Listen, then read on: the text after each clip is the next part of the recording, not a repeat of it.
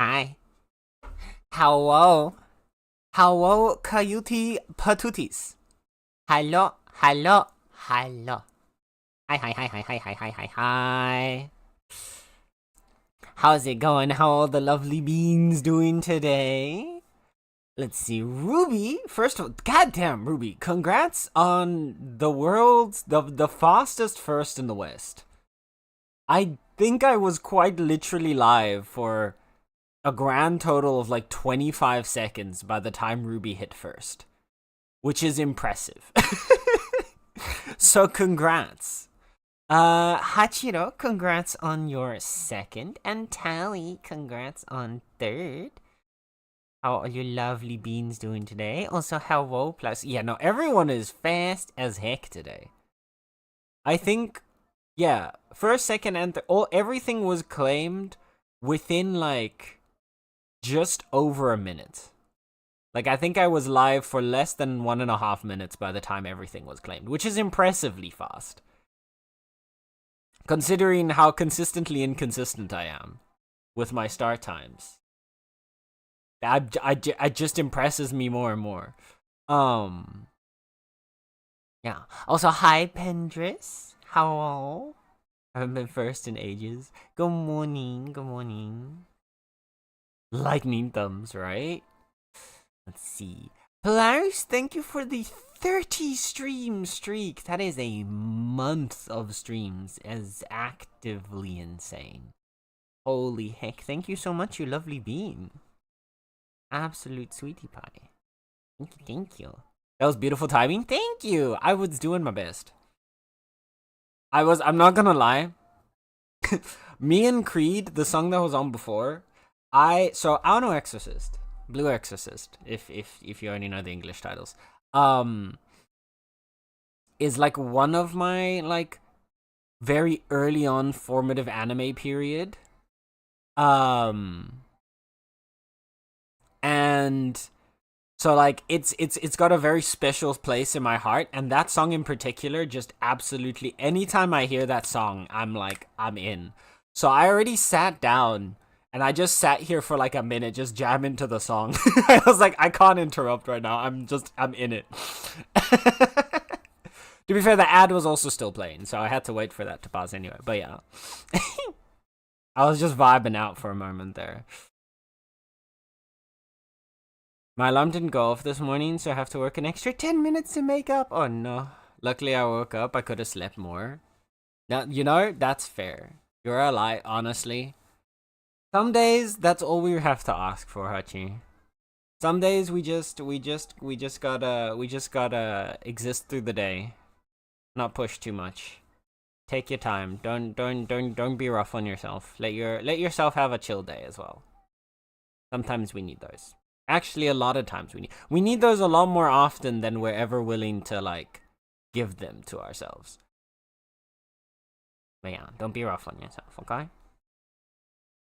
But yeah, no, also very fair, Ruby. To be fair, don't you usually wake up around the same time? Or do you sleep in sometimes? Because like I found when I used to have like a very regular like schedule, I even without my alarm, I would just wake up at the same time. Like, didn't matter if it was holiday, didn't matter whatever the case was, like my brain was just programmed into that, and then it was good to go. Also, Eek! Hi, Eek! Thank you for the 40 stream streak. God damn, that's crazy. That's actually insane. Y'all are unhinged, and I appreciate you. I appreciate your unhingedness, but goddamn. How are the lovely beans? How are the lovely beans? What have you all been up to today? How has your Tuesdays been treating you?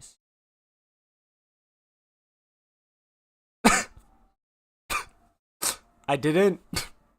I've never. So I clicked on by accident. I clicked over onto Spotify, and so Spotify on desktop, the Spotify app has like the Q button, the connect to a device, and those are all like next to the audio. But I clicked on the lyrics button by accident, And this is Fallen Angel from critically acclaimed MMORPG Final Fantasy XIV, now with an extended free trial that includes the award-winning Heavensward and Stormblood expansions and free to play to level 70. But the lyrics are correct, but they are very funny because it's just a choir going and then at one point a lady goes, "Now fall," because it's Fallen Angel.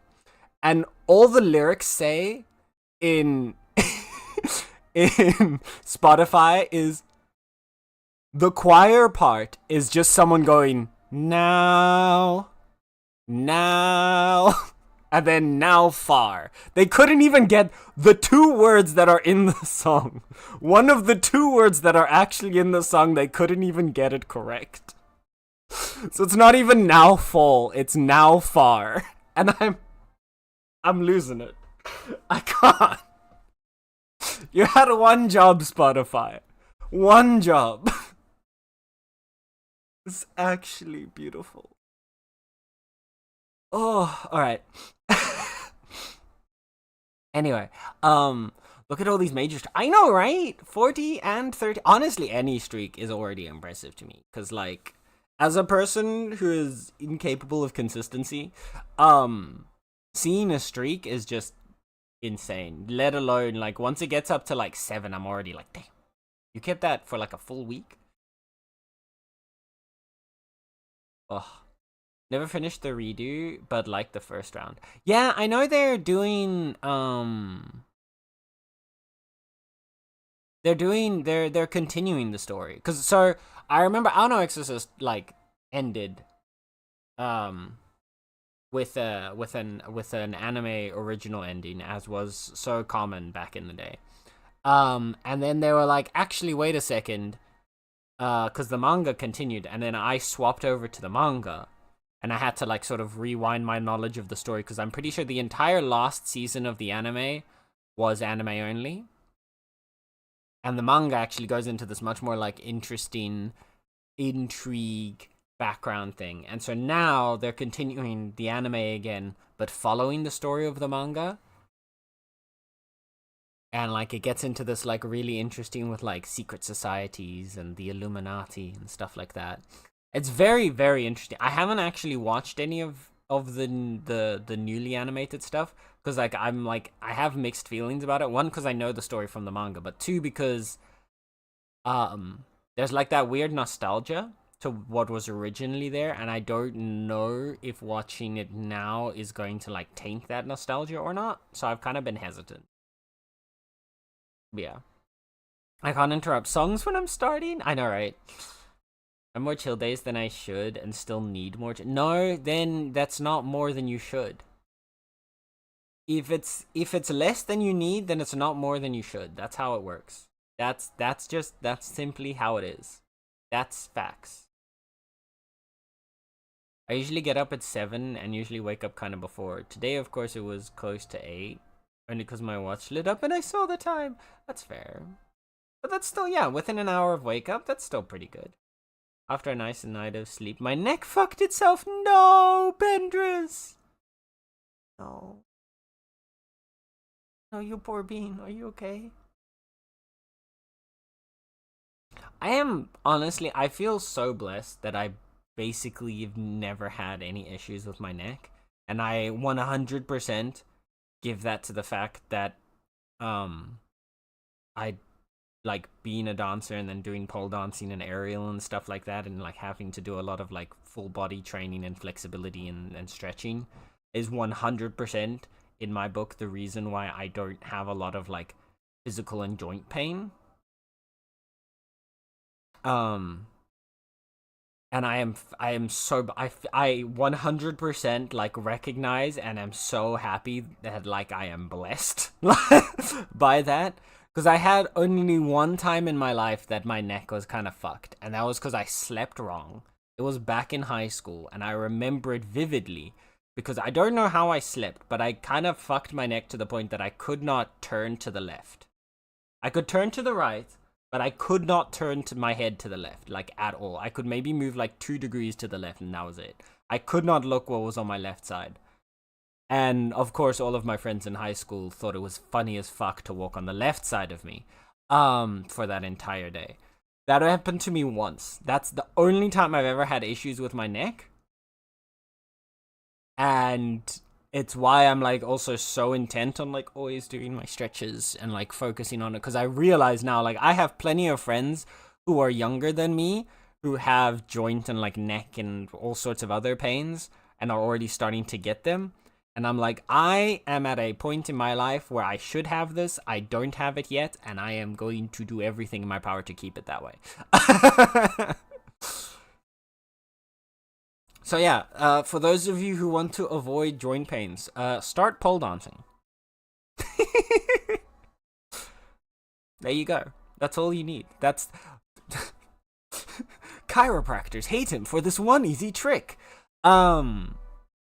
No, but honestly, like, joking aside, just doing like, and I don't stretch every day, right? Like, that's honestly the thing, is like, I think I do about 15 to 30 minutes of stretches once or twice a week.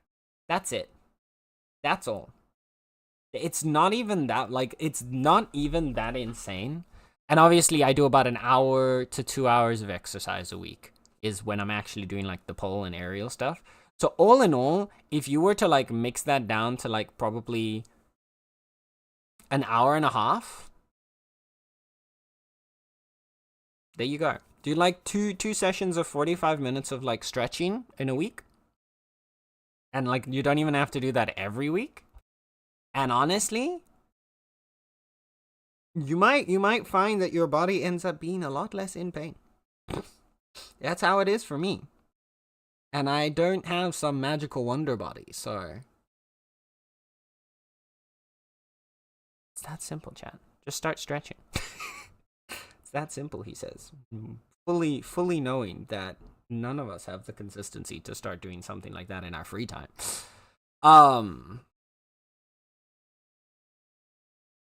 But I got it clean. See, here's the thing, Ruby. Right? The reason why you feel now like, even though you're getting plenty of chill days but still need more, is because in the past, you kept thinking that you didn't need as many chill days as you did, and thus didn't give them to you, so your body is overwhelmed and overworked, and so now it needs more chill days to recover from that. But as long as you don't give it those chill days, it's going to continually feel the stress and pain of not getting enough chill days, and so it's always going to be in a state of needing more. Once you've given it all of that chill and relax and comfy and everything that it needs, and it can recuperate itself back to a natural state, then you're not going to need as much.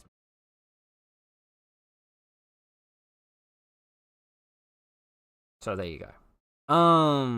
More annoyed because I don't know what happened, did nothing different, but alas. Sometimes, especially when it comes to joints and like around the neck and stuff like that, it's not necessarily something you've done, but something you haven't done. Like, especially with the neck, there are a lot of muscles that pull into your neck from your shoulders and your back in particular. And those ones, if those are tight, those can be the cause of neck pains and like issues with your neck. So sometimes not, like, that's the other thing that I know a lot of people do, is that they think like, oh, I have pain in my neck, but if I stretch my neck, it doesn't make it better. It's because it's not actually your neck that's the problem. It's the muscles connecting to your neck that are feeling really tight or overworked or pulling too hard on those neck muscles, and that's causing the pain in the neck. So it might also have been like something like that. That might be the cause. So, yeah. I can't look down. Troll, I know, right? If my feet didn't hate me, I probably would pull. I need to actually move. So that's the other thing, right? Is you don't necessarily, like, you don't have to specifically do pole, right? For me, pole is just that perfect excuse to do a full body exercise type thing. But, any kind of, like, I'm trying to remember what the, calisthenics. Any kind of, like, calisthenics, something that trains your, like, actively works your entire body, is a really good way to also help like ease up those muscles and joints and stuff like that, because you're going to be stretching your entire body while working it.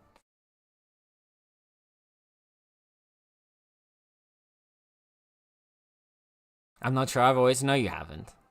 No, you haven't. Don't start with that.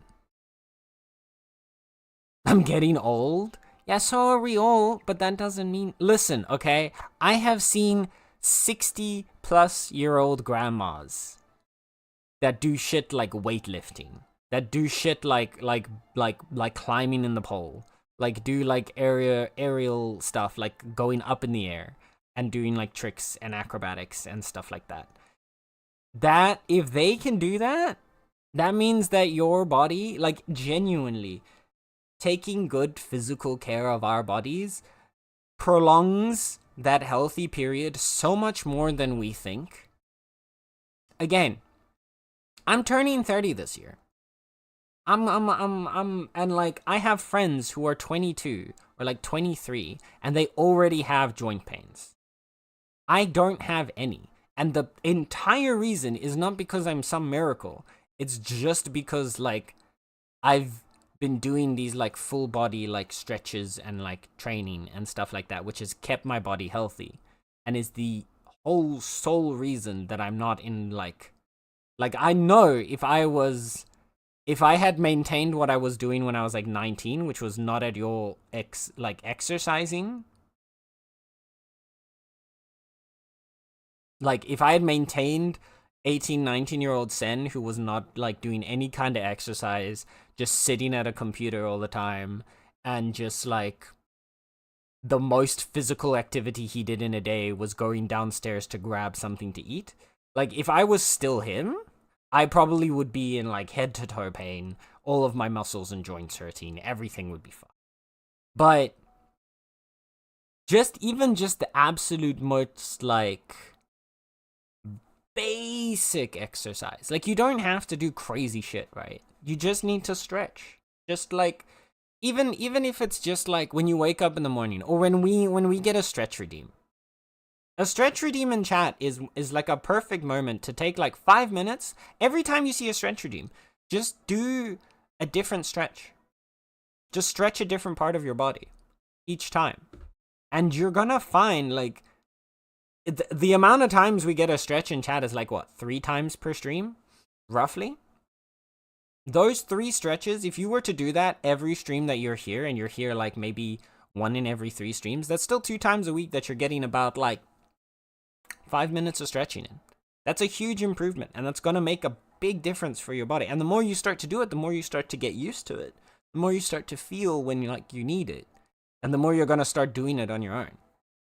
Start with a small habit, and it'll grow into something bigger. And it'll still, like, even now, and thinking like, oh, but I have pain now. That doesn't matter. Because that can still go away. Like, your muscles are tight now. They can be unwound again. They can be stretched. They can be, like, released, and the tension can get pulled away. That's why, like, massages still work. If your pain was at a point that you weren't able to do anything about it anymore, a massage would no longer work, for example. Well. Anyway, also pillows are evil. It's a knot in my shoulder. There you go. So you need to do more shoulder stretches. Next time we have a stretch redeem in chat, Pendris. If it's upper shoulder that you've got the tension in, then I want you to extend the arm down 45 degrees away from you, trying to reach out as if you're trying to grab something that's away from grip. And then with the other hand, I want you to grab, so if say it's your right arm, your right shoulder, so you stretch out your right arm 45 degrees, then your left hand goes over your head, grabs your right ear, and pulls it towards the left shoulder to stretch your head away from the arm. And while you're reaching away and pulling your head to the other side, that's going to cause a really good stretch in that upper shoulder. And if it's at the back of your shoulder, then you extend your arm straight in front of you, and then you grab that arm around where your elbow is with the other hand, and you try to pull it across in front of your chest. In both cases, the most important is that you want to keep your shoulders actively pulled down there and not let them, like, tighten up towards your ears. Otherwise, it's not going to help you at all. So, next time there's a stretch redeem, I want you to do that. Alright? Deal? Good. That sounds like evil generalization. It's not what enough. Oh god, Klaus. Twas the wind. What do you say such unhinged shit or What about now? I can't keep up. Poor Klaus. Thank you, Star. There you go. And Kai for the hydrate and Star for the stretch. Alright, chat. Drink water. Also, hi Kai, hi Star. How well, cuties. Let's drink some water and stretch our muscles.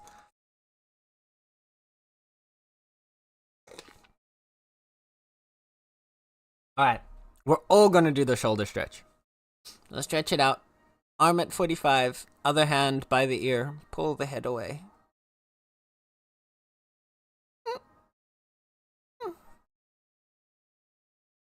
And pull it back up. Swap over. Stretch out hand. Grab ear. Pull away.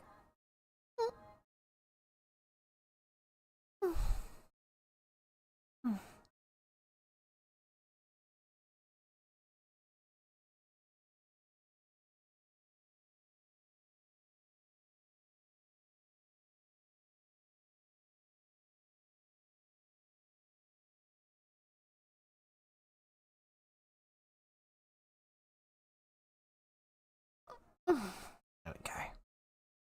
Ah, stretched and good to go. They're a little nervous around poles because story time when I was really little, we had a jungle gym installed and they had a fireman pole and I managed to smash my knees so hard together I felt sick. Oh no, Ruby. No, that's fair. That's very understandable. However, at the same time, you are now also an adult and have much better motor control over your body, so you won't do something like that again. But I still do understand why it scares you. That makes complete sense. I had a 55-year-old French teacher who looked 30 and was the most fit person I knew at the time. If he can, so can you. Exactly.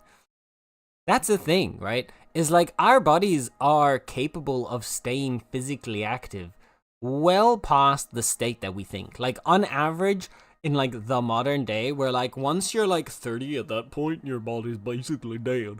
Like it's not actually. I have like some of my pole teachers are already in their 40s and they are still some of the most fit, like athletic people that I know. Like I literally, like I have a pair of pole teachers. One of them just turned 40. The other one is 23. And when you look at the two of them, like doing like pole side by side, you can't tell the difference between them for the most part. Like they like there's no like physical difference in how they're able to like perform like athletic feats. Sorry, please don't grab my ear too late. Your ear is mine now, Eek. I'm sorry.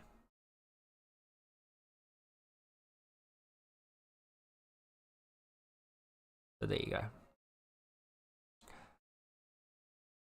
Talking about the devil, I know, right? Star's always just on time. Oh my god, I'm dumb as shit. I said happy Tuesday as a start because I thought it was Wednesday and I wanted to be funny, but I realized today it is Tuesday!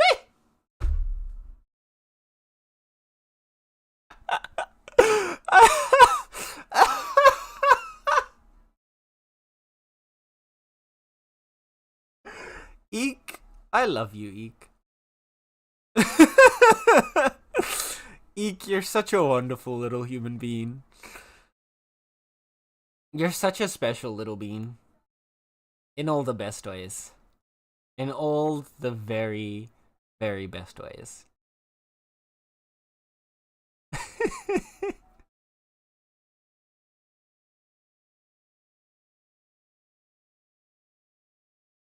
Eek still said something. This is true.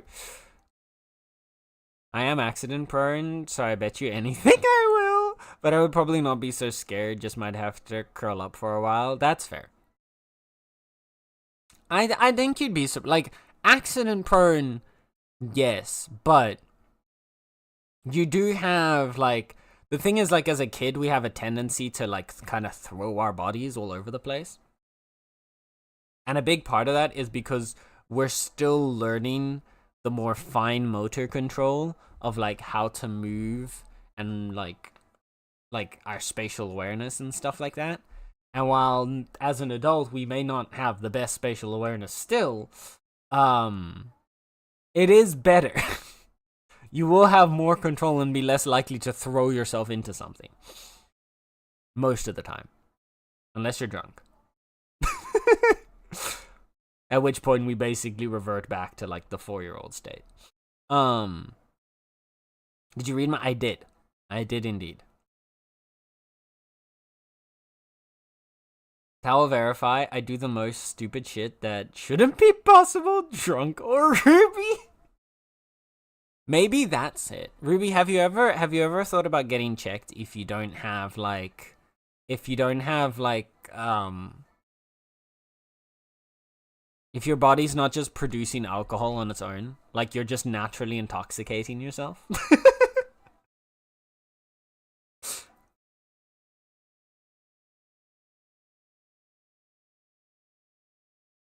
Maybe you're just naturally like semi-drunk all the time. Just thought or you have ginger cat genetics. You know what? That's actually also a very good possibility. Imagine the possibilities of always. God, no, please. Buzzed Sen has way too much social confidence. Buzzed Sen is great at his time. Like, Buzzed Sen is great when he gets let out of the cage exactly when I want him to get let out of the cage. If he was just permanently around, that would be problematic. Because he has way too much confidence.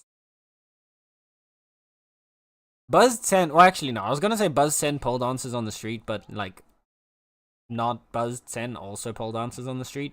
But Buzzed Sen pole dances on the street in a sexy way. Whereas non-Buzzed Sen pole dances in a street and look at this cool move I can do way.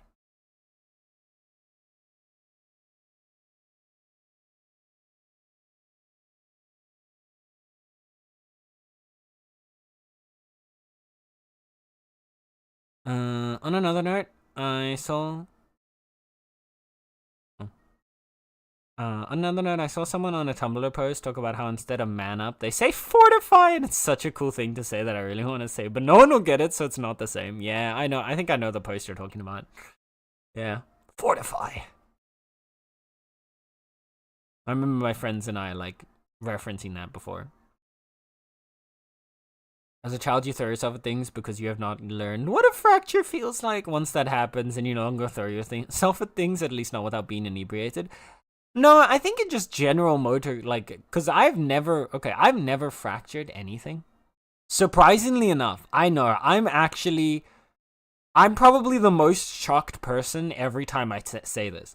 But I have never in my life broken a bone or fractured anything. The most that I've had is where I've like deeply like bruised or sprained muscles. But I've never broken, fractured, or ripped anything.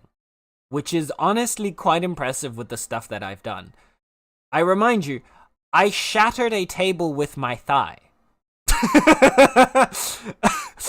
And I did not break anything. I just bruised the muscle all the way down to the bone.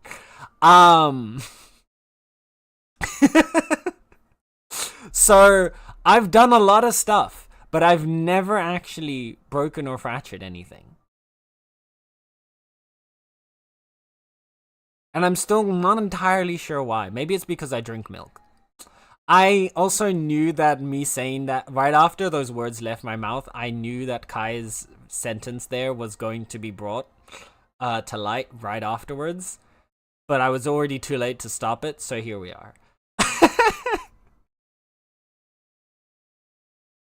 I'm so happy I've never been buzzed. Why do guys do that? I don't get it. My hair is awesome. Why would I randomly give it up because I'm bored? I've been there. Fun fact, actually, for the first 14 years of my life, I had a buzz cut. Just saying. I want sexy Sen dance. BuzzSen sees any lamppost and becomes sexy sen. Basically. It actually like, so like when I am not under the influence of any form of alcohol, when I see any kind of like lamppost that is exactly the right thickness for me to grab and do a pole trick on, it takes quite a decent amount of willpower for me to stop myself from doing that. Otherwise I will just go and do it. Especially if there's not a lot of people around.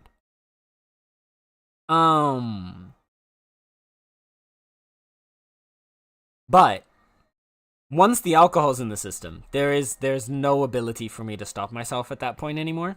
And then he goes. He just goes.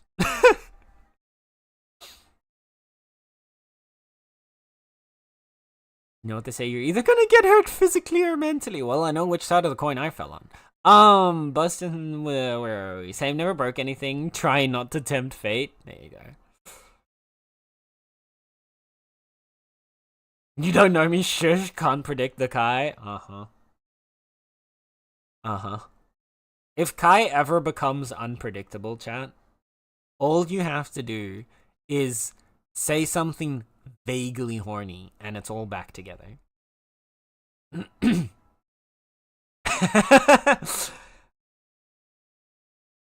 This is why Kai doesn't need a leash. Kai just needs you to say something that could be vaguely interpreted as horny. Why, you little shite?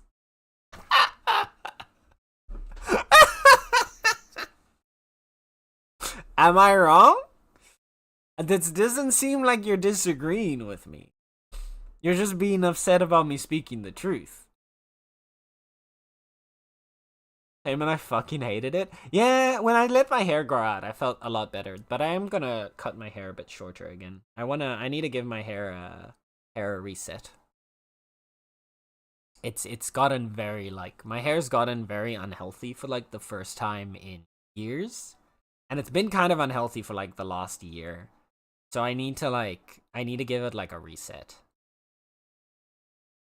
But I'm also like, I don't want to do it because I'm so like used to having long hair and it's very much like a core part of my like identity at this point. But I know I need to give it the reset so that it can be healthy again. But I don't want to deal with the period of resetting it. But oh well. Never hold back, make everyone's day more interesting. Fair. Fair. Like I said, I've done it plenty of times. There's the situations where I definitely don't do it though is like in like a metro or a tram. Because again, I could. And I've seen the people that do it online, but I also see how like absolutely annoying it is. When you're just trying to like sit in the tram and then someone's just like over there like taking up half the fucking space in the car because they wanted to hang upside down or something. On the street though, as long as it's not a busy street that I'm gonna be in the way of someone, I'm going. I'll punch you, I will. Someone could say some got a chokehold on Kai. Boy, I wish. See? There you go.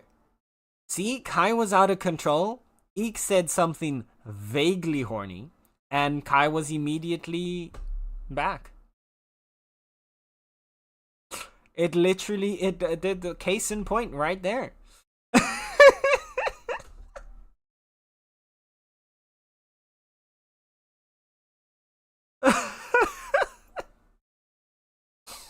I love you, Kai. Never change. Sweet bean.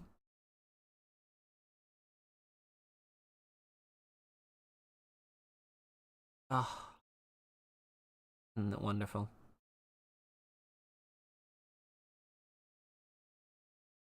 Alright. So. Oh my goodness. It's already been... I was gonna say, let's cut the yapping short today. And, you know, play the game. I say that we've been live for almost 45 minutes. So, well, but you know, I tried, right? I tried. At least I became cognizant of it before we hit the hour mark.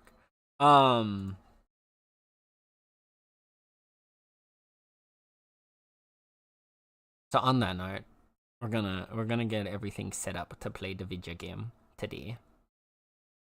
And continue with Control. And actually, I almost started up the wrong game. I, like, almost immediately hit play on the wrong game. There we go, Control.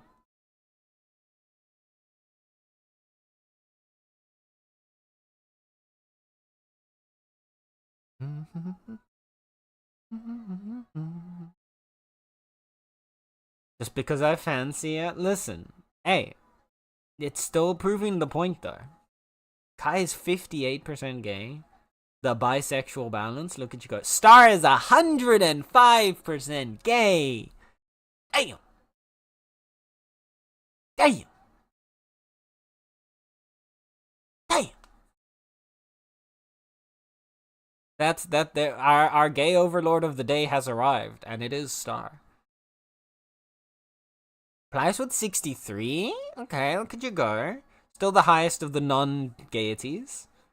Eek with the 57. Getting close to that perfectly balanced. Getting really close to that. Working hard.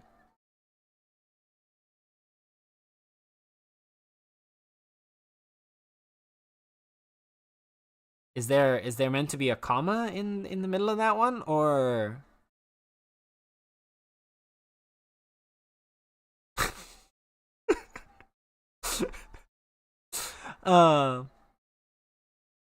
Ventures with 39. Oh dear.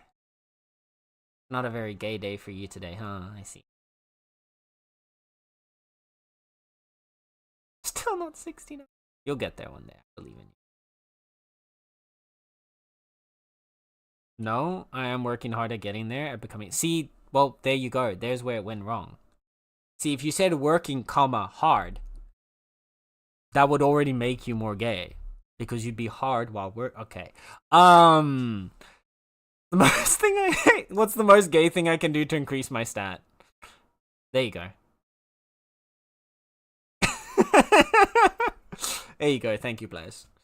On that note, let's see how I'm feeling today. Ooh! Oh my god, Kai, we're matching! Kai, we're matching! Look at that. Hold hands? True. You could hold hands. That would be very gay, though. That might be like, I don't know, holding hands might be a bit overwhelming when you're already at 57%, right? That might be too fast. That might be going too fast for little Eekster. You gotta remember, Eek is a little guy. He's a little pocket guy. Ruby with the 59! Damn, everyone's really close together for the most part. Cause like you don't wanna get the overwhelming. You don't wanna overwhelm the gay too much. Because if you get something that's too powerful too early, it's gonna have like a reverse effect, and it's gonna kind of like throw you away from being gay. So you need to make sure that you get like strong boosters, but not too powerful ones right off the bat, because that could have an adverse effect and thus delay your progress towards 100%. The most gay thing you can do is be a closeted homophobic bootlicker. Goddamn! Superpower's too strong. Yeah, see, Star, on the other hand, Star was lucky and specced out with a natural multiplier. Sometimes there's a 1 in like 3,000-ish chance that when you first put together your stat line and like set up your build, that you might spawn with the gaiety multiplier. Star was lucky enough to do that, and so she quite quickly climbed the ranks. But for the normies among us, you're gonna have to take it kind of step by step. You might need to get first flat increases, and then once you get well over the halfway point. Like, I'd say once you start to get around 69%, that's when you can start going for the multipliers. That's when you can go for the doubles, the triples, you know, the duos, trios, even the quads maybe. And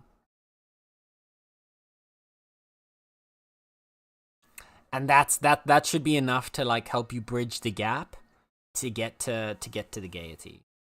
Yeah. Fuck it, I'll say it. Innate multipliers are boring. It's like you're not even playing the game. Look, okay, some people just like to have the power fantasy, right? Sometimes it's nice to have the power fantasy. And Star was lucky and gets to live that power fantasy life. If Sen lets me code the command.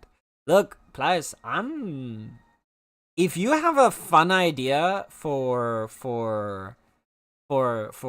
commands and stuff, I'm always down to try something out. Alright, Pliers, here's what we're gonna do, right? We're gonna make a mini game. We're gonna evolve the gay command. It's gonna become a mini game, and everyone's gonna start off at 0. And then you're gonna have dailies and weeklies. Missions to do during the stream, each of which are going to help you build up your gaiety until you can eventually ascend.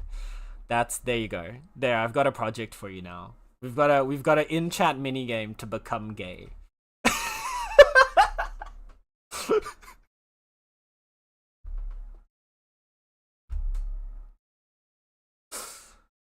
Plus, your mission if you choose to accept it. Exactly. It's like, yes, thank you, gay cultivating. It's like those cultivation stories. But instead of cultivating your soul and spirit, you're cultivating your gaiety. The journey to gayhood, exactly. Put the rules in writing and I'll make it. Yes, but it's super slow. You'll gain a lot more actively cultivating the gay. Alright. Yeah, chat, are we gonna do this? Is this gonna be our project? Our 2026 project? I don't know if this is possible within the confines of I'll make it, no kidding. Is it even possible to put something like that together in StreamerBot? If it is, I'm okay. I'm down for this. How's the gay prestige system gonna work? So you're gonna get gaiety levels, right? So once you max out to 100% cultivation, and you get to divine gaiety state, then you can reset your divine gaiety back down to coming out of the closet. But then you'll have a divine gaiety point, and then you can keep leveling up your divine gaiety points over time. Each time cultivating yourself to over 100% gaiety.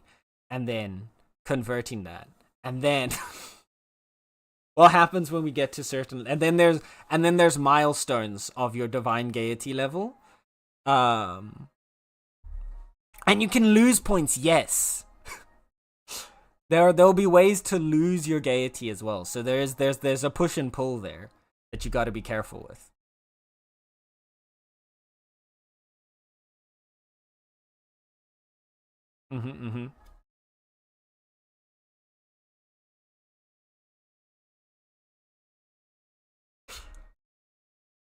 We'll find out. It 100% is. All you're really going to be doing is reading or writing JSON files, which are stored locally on your PC. People in chat do commands to interface with those.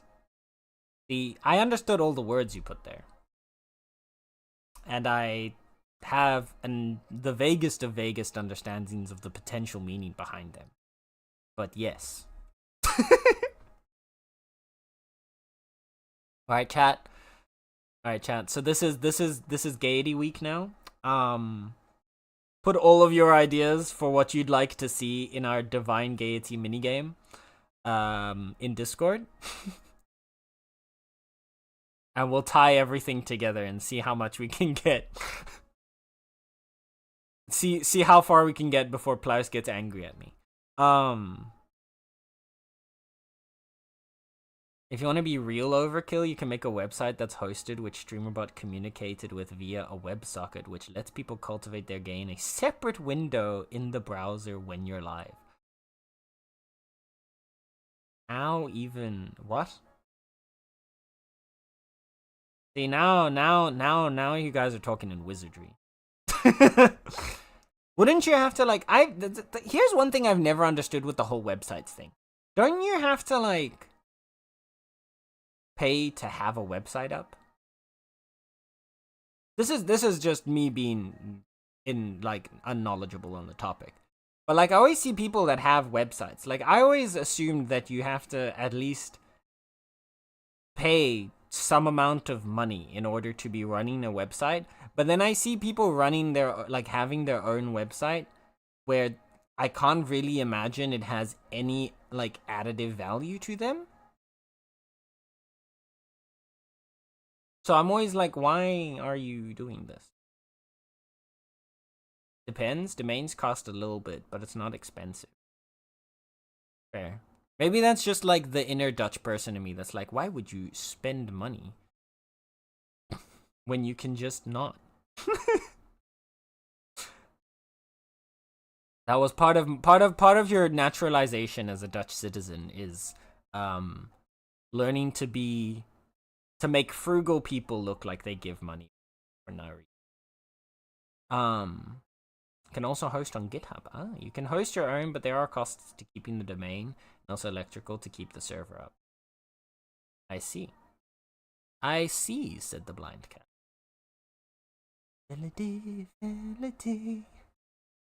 Alright.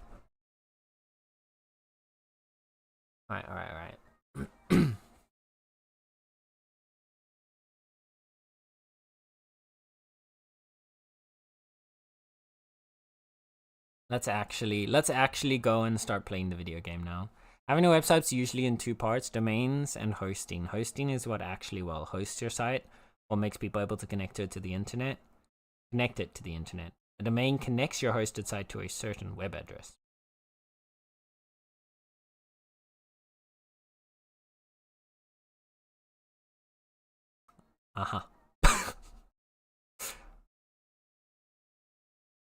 Yes. I'm just gonna say yes, because I'm stupid. Oh,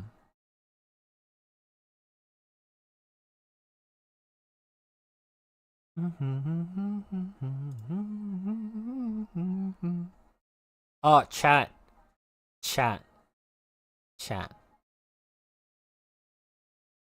I saw the cutest thing the other day, and I'm like completely in love, and it's demon cats.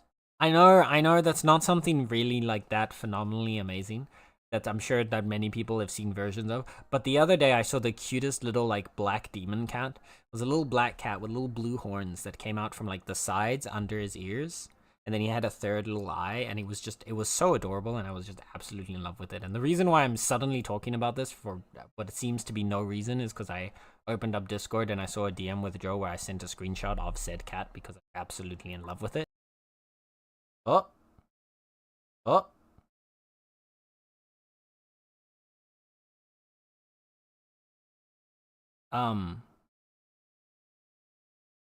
Hello? We good?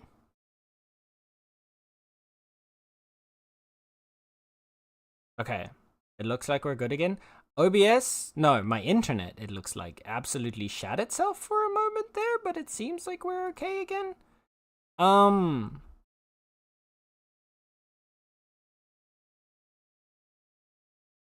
now everything's kind of frozen.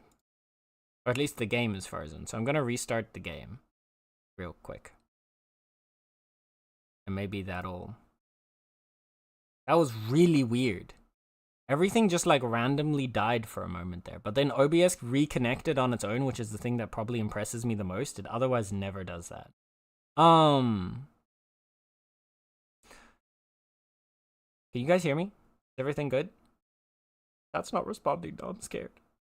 Hello?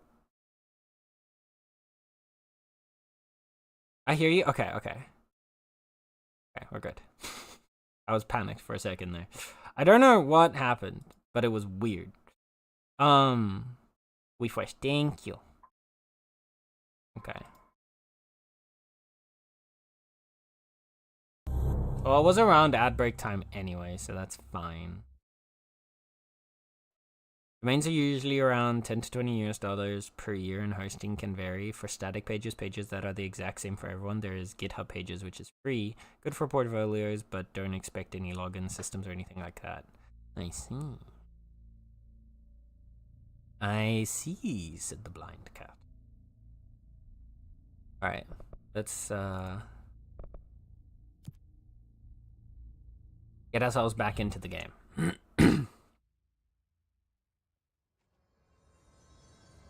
We're here.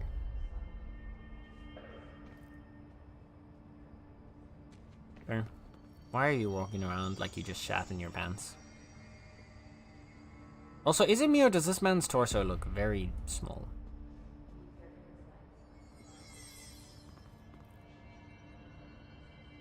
The proportions of this man do not look correct.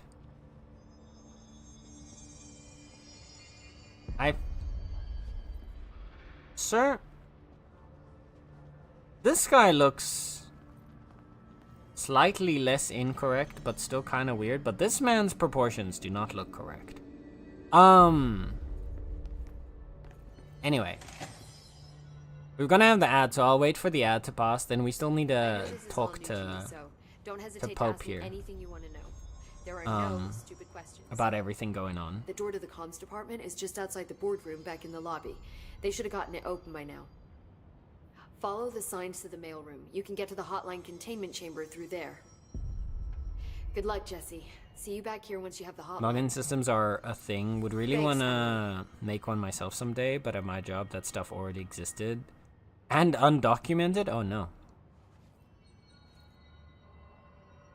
I remember one time back in uni when we had to make like databases for we had to make like a database as part of like our forensic technology program. And we were talking about like basically like information databases, like collecting information from a study, collecting that together in like a database, and then how you'd be able to like pull specific information for cross-referencing.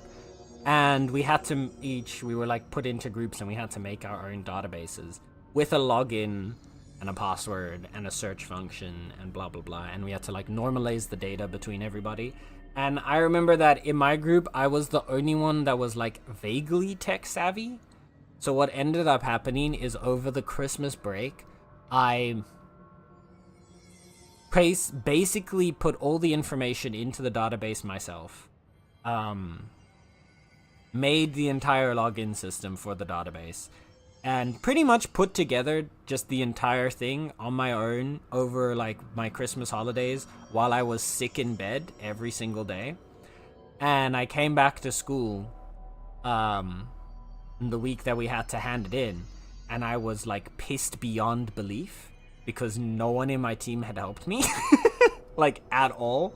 Like I was like on the point of like I was going to like scream at anyone if they did anything. But the problem was I couldn't really hold it against them because all of them were kind of like inept at technology. And it was also, there was a lot of stuff that you couldn't really do together. The thing that kind of annoyed me that I did get upset with them about was that the deal was that I was going to make the database and they were going to normalize the data so that like everything was in the same kind of information point that we had agreed upon. And so we had divided all the data among them so that they would like normalize it. Basically, because like what we had was like a database of fibers, and it was about different like materials and colors, and like how basically the idea was how common would be like, oh, how common would it be to find a red nylon fiber, for example, and then based off of our information. And we had, I believe it was about 40 people that had all collected basically their entire closet like information onto that, and then some of them had also done that of their family. So we had close to about 100 people's wardrobes worth of information. And so my teammates were supposed to normalize all that because some people were like, it's pink. And then others were like, it's mauve, it's aqua. And we're like, just please put it to basic colors. But no one did anyway because they're annoyed with that. And then they didn't. And then I was really, really annoyed. So I ended up just putting the data in as they did it. And then when we ended up having to like present it, I basically said, fuck you, and I told them to present it. My teammates had to go and present it, even though they didn't make it.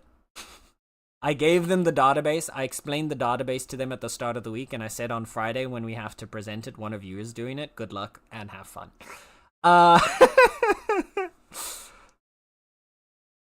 And it was pretty fun watching them struggle for a while.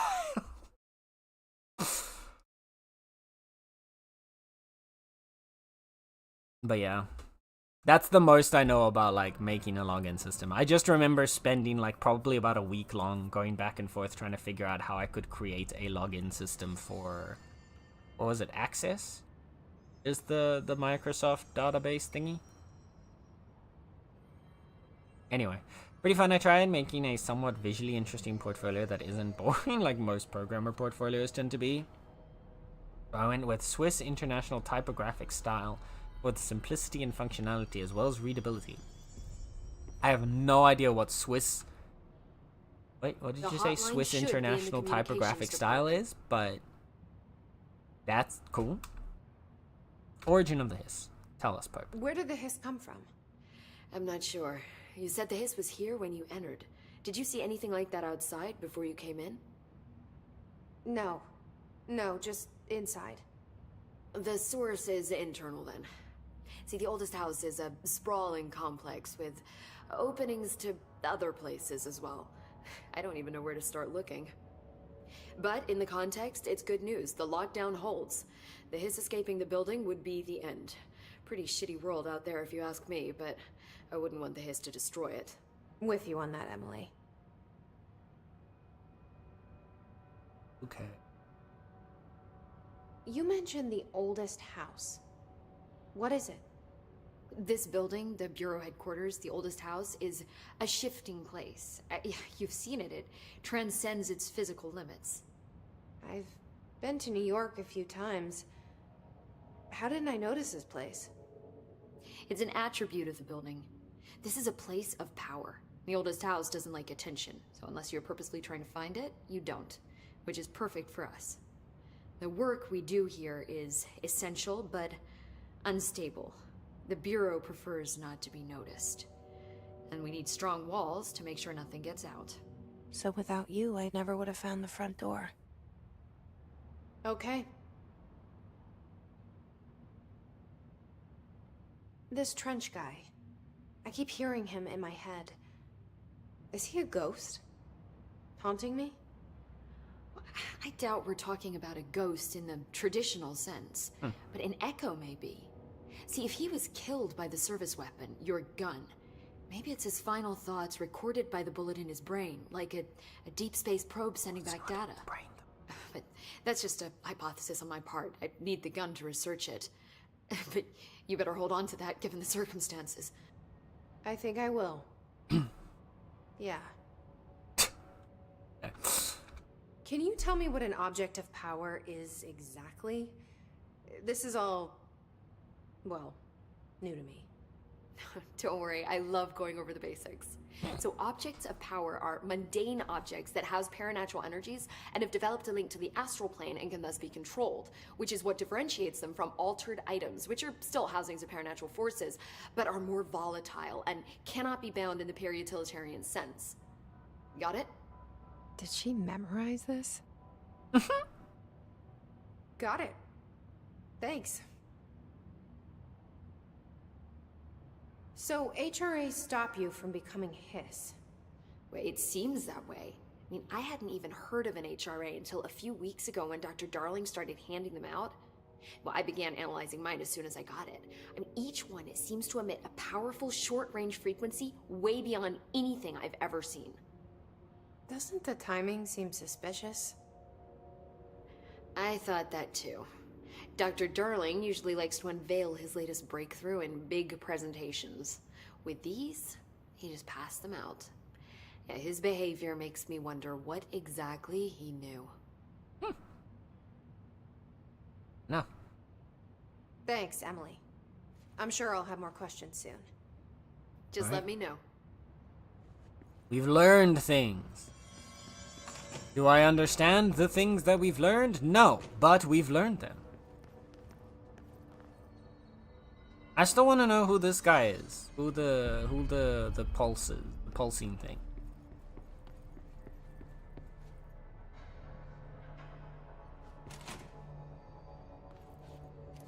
Here we go again. Alright, chat. Are we ready to actually do stuff? House memory. There it is again. Our welcome message.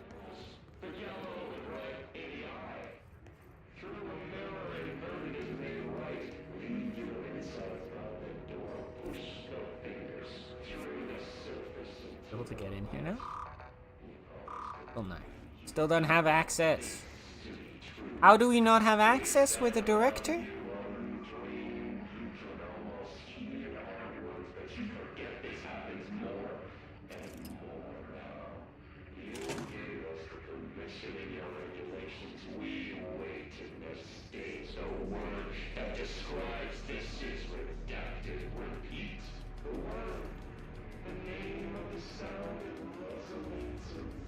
This is interesting. There's like an actual dead guy here. There haven't been any like bloody bodies before, have there?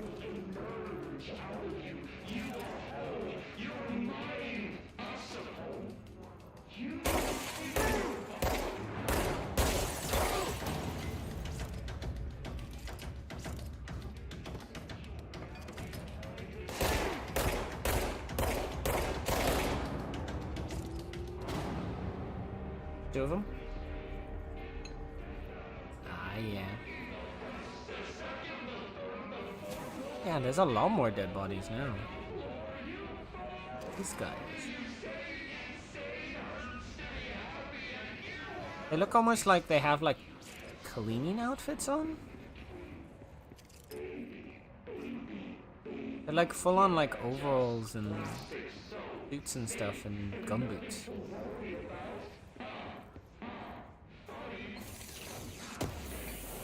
Were they like sent to try and like clean up the mess, maybe?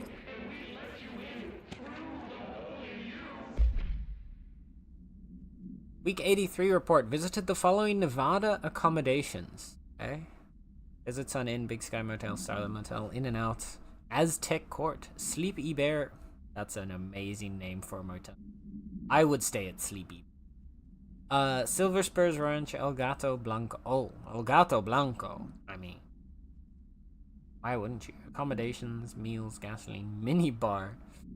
I do wonder if a motel called the Ocean View is going to be found in a landlocked state, but hey, I guess I'm not paid to think, right?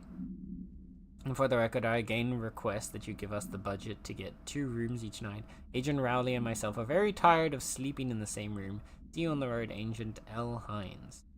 Poison research said performing rituals may help identify any places of power. Drinking those little whiskeys is my ritual.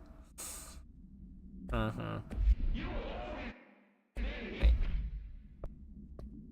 Got a bunch of them. Hidden trend. Unknown caller. Emily instructs Jesse to find the hotline, an object of power in the form of an old telephone, to understand the messages from the dead director trying to communicate with her. They hope he can provide insight into the hiss. What else did I get here? That's just a portrait of him. Oh.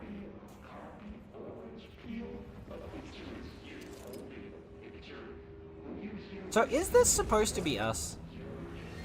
Because it really does kind of look like us.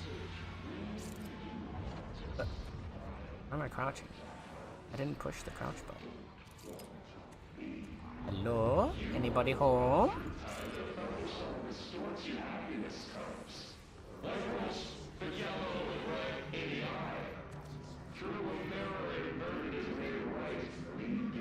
A lot going on here. Nostalgia department. Oh, this guy had a... Wait, do they all have the thingy on? No, he doesn't have it. I was gonna say, are they killing the people that are like protected by having those like... I already forgot what they're called on. That looks like the way forward. I'm gonna not go there.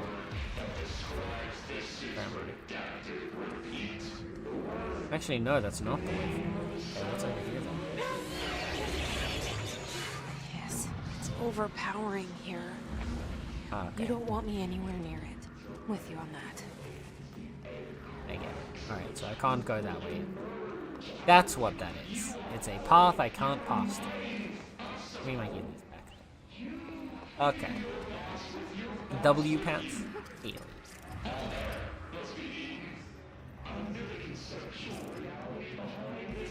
One day someone's gonna find the path. Oh! Hey! That's not very nice.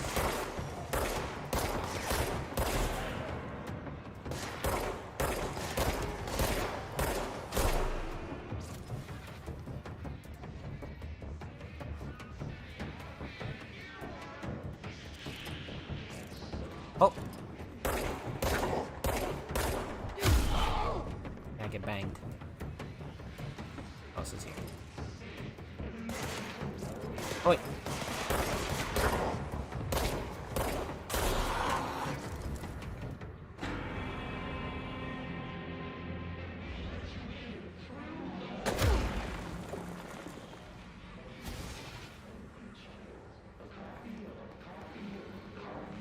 Oh, that was the last of them, right?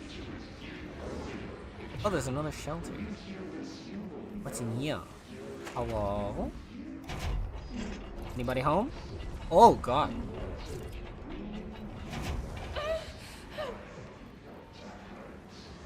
Guess we can't go here yet. Gotcha. I'm gonna just close that and pretend we didn't see anything. Havana files. Havana summary. An auditory event occurred at the United States Embassy in Havana, injuring the majority of diplomatic staff stationed there. Deaths were reported and the outgoing information has been managed. Bureau agents arrived at the embassy on the same day as the event was reported through federal channels, but they were too late to witness the AWE, which is reported to have been blank. Staff experienced sudden intense vibrations and noise accompanied by an intense pressure in the ears. This lasted for so many minutes. No visual phenomena was witnessed, the scene was cordoned off and the embassy staff were transported to the continental US. After Formula I-9 was recited in the vicinity, a single cowboy boot began to vibrate, identifying it as an altered item. The item was contained and brought to the Bureau for examination. Very SCP.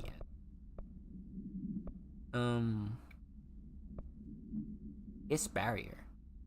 The Hiss resonance field is a physical impediment that is difficult to define. Hiss barriers appear as ways to impede escape or access by Bureau personnel. Two methods have been discovered for lowering them. 1. Destroy the multiple concentrated resonance sources found in the vicinity. And 2. Destroy the Hiss entities in the area. The resonance field seems to require support for their size and density from other non-connected sources of Hiss resonance. Without the ability to draw from these sources, the barrier will fall. If an inactive structure made of Hiss resonance qualifies as a conscious being, does the distinction make any difference considering the Hiss? What does the very act of building walls to prevent our movement tell us about the Hiss? What degree is watching and planning? Refer to file blank for... Okay, but wait. We just called it the Hiss. So why are we finding reports on it? Right? Isn't that... I was wondering if there was something here that needs to be destroyed to, like...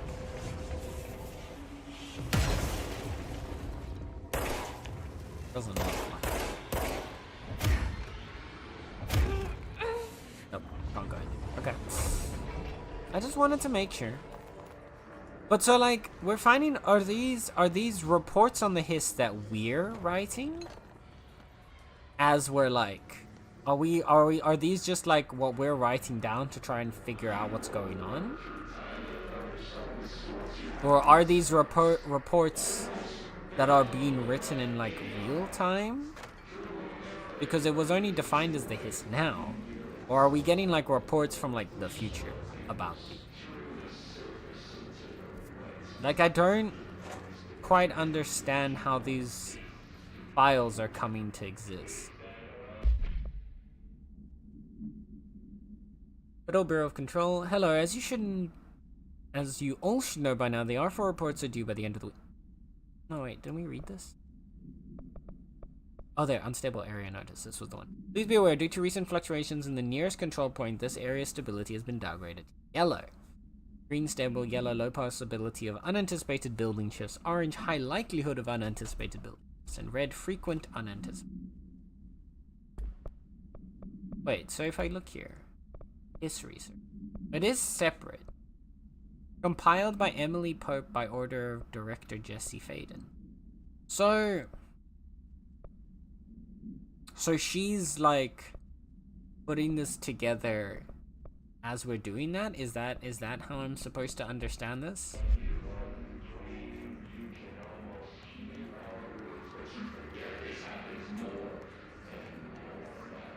That Emily is like writing this down and making these notes, documenting this research as we are exploring, I guess.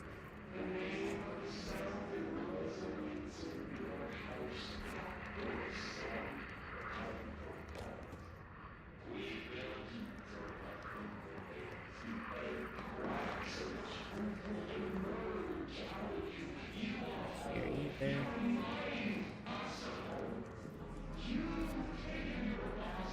So we can't go towards the nostalgia department.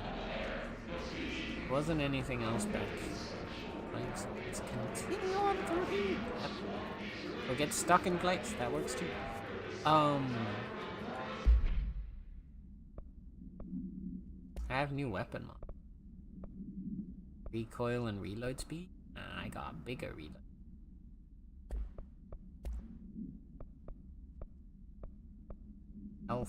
Health recovery per element pickup. Right. Oh, this looks like a fun place. Dead letters.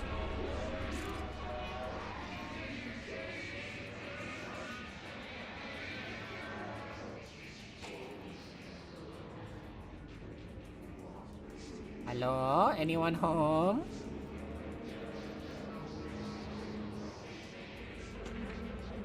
Here. Machine God? All hail the Machine God. I had a dream, and I built the thing I saw in my dream.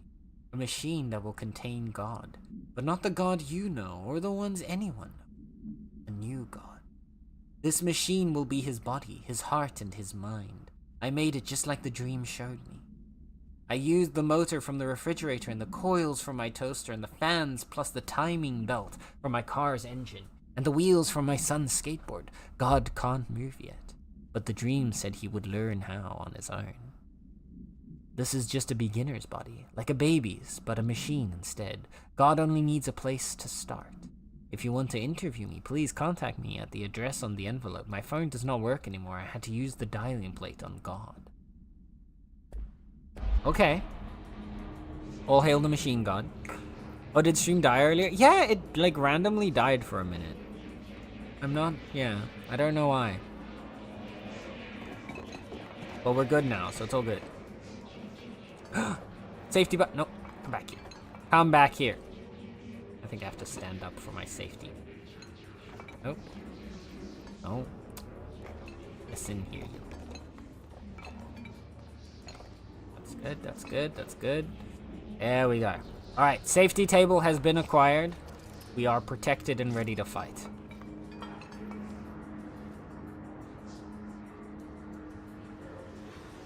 Did anything major happen? Things are looking... So we've moved into a new area. We've made our way to a new area here called Dead Letters. And holy shit, it's dark. But I see a white dot, which means there's something to collect. We've made our way to Dead Letters. We've talked to Pope about, so we found Emily Pope at the end yesterday, and we talk to her about everything that's going on. Don't really know exactly what it is. She kind of gave us a lot of non-answers to a certain extent, but we at least know that the place that we're in now is called the Oldest House. And it's some sort of like infinite space, sort of multi-dimensional building that rearranges itself and connects to multiple different areas in the real, like in the normal world. The hiss or whatever this evil stuff is has not breached out into the normal world, but if it did, it would be a big issue.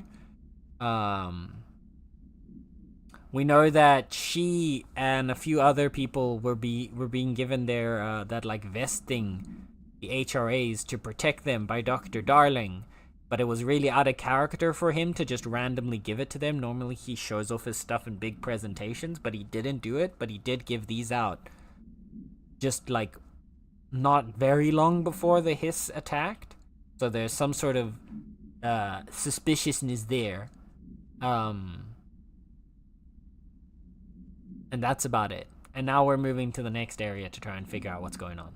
And that's where we are now, which is red.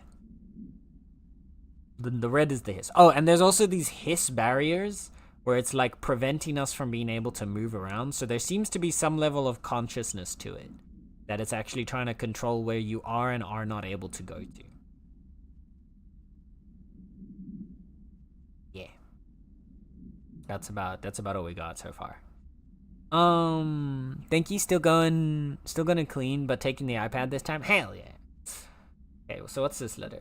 Mr. Governor, I called the police, but they never come to my house. I got a problem and you gotta send folk to fix it. I got my wife one of them singing fish on the walls. It's not a real fish, it sings you when you hit a button, but it's got the devil in it. Oh, it's got the devil in it. It flies around at night and sings devil songs, says lots of cuss words. The devil got in my house because of the fish, and you got to come handle it. My wife is real upset. When can you come? Sincerely, Dwayne Barr. Alright, Dwayne.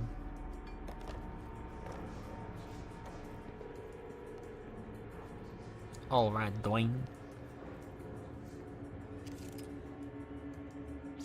Anything in here?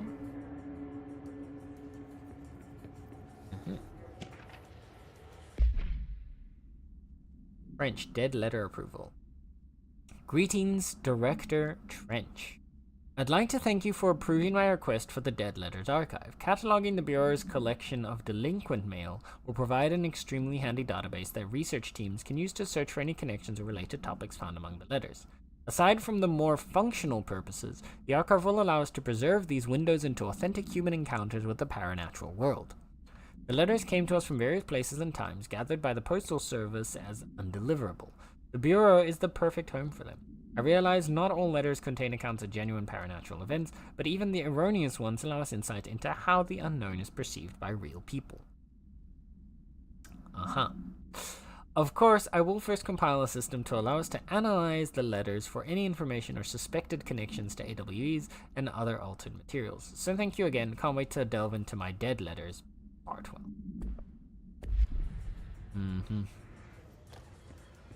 Never trust a man with Bart in his name.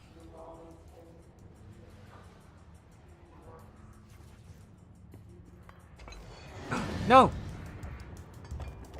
Safety cube. Don't leave me. What about this? No! Safety cube! Ow! Mother! Ass! Screw you!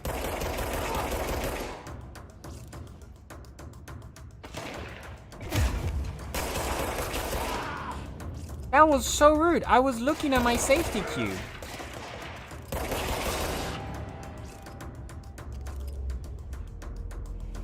Jerk face? I love how that was written, right? That was pretty good. You and your friends are gonna taste my face. What? What did I just say?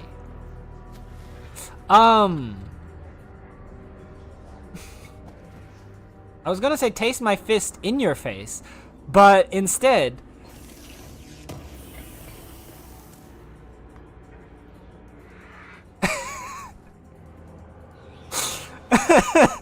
Instead, I just said you're gonna taste my face. So I guess I'm gonna make out with him. That's one way to win a fight, I guess.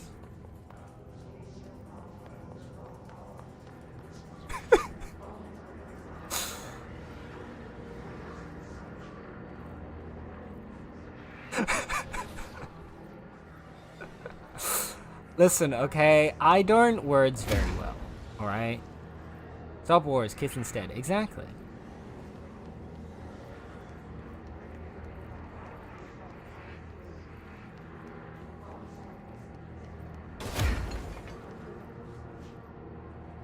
The shock factor will get them, or it will become a completely different... Then it'll become my kind of story. What?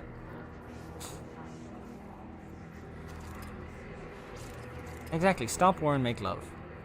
That's all we need. Love is the ultimate power to end hatred. Or something like that. Oh. More of them, huh? Ah!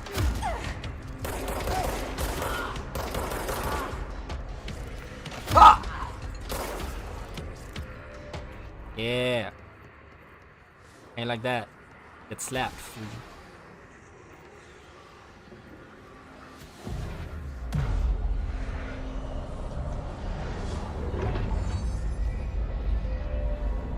Okay. This is so cool. The way the like place just kind of shifts. Very sick. Alright. I guess now, I guess the intention was actually that I should have started exploring now after clearing the place.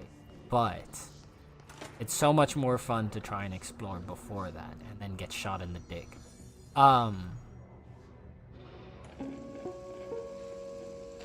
Just look at it. 8 inches wide and capable of storing a whopping 80 kilobytes. 80 kilobytes? Stolen by our friends at the CIA, the disk held the launch codes to Soviet nukes. That's a lot of kilobytes. This is not the disk, of course, but one exactly like it. A perfect fusion of concepts vibrating in the Cold War era collective unconscious. A receptacle. It is a receptacle for dangerous energies to hone in on. And they did.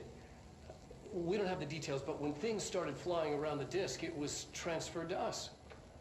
It's an object of power. OOP. Oops. Oh, and it can launch things telekinetically through the air. To date, we've launched maybe 3 dozen pencils. And once, we even launched a cup.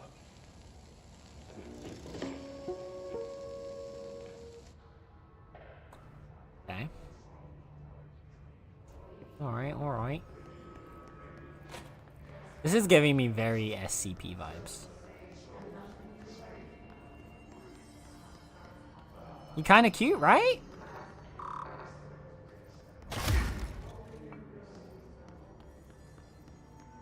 This is a nerd little gloss talking about his nerdy little things. Exactly. Also, Kai, if I'm not mistaken, you should be able to quote that if you wanted to. Seen as you wrote it as a quote. I believe I said it so that both mods and VIPs are able to add quote. I don't know if that was your intention when you wrote it that way or not, but... Oh god.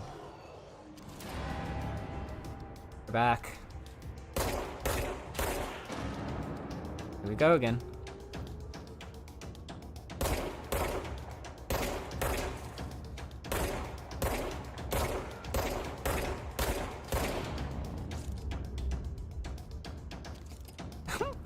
No head tilt.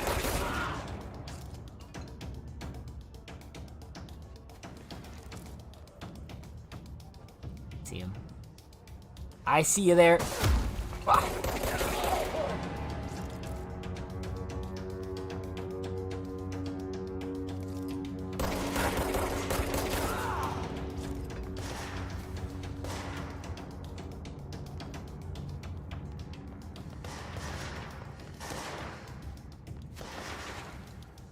there, okay.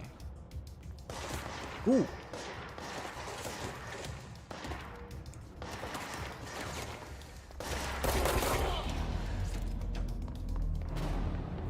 The last one. You look interesting. Oh. Oh. I didn't mean to come back here, but here we are again. Did the place get more trashed, or is it still the same as it was before? That's actually something I'm curious. Okay, so here, wait, can I break like? Oh really? There we go. Yeah. Okay, so this is now broken. I want to see if this stays broken or if it like gets repaired when you come back later. Like when you do something. Wait, but I don't. Wait. That's a good question. Wait, why does wait. Why does kinda? I'm pretty sure I added you as a VIP already. This is strange.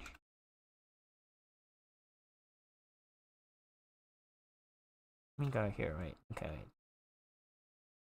Thingies. Community. How about now? I do now? Yay! Okay. Maybe I added you twice and then it didn't like do it the second time. Or maybe I tried to VIP you twice and so it undid it when I did it the second time. That could make sense actually.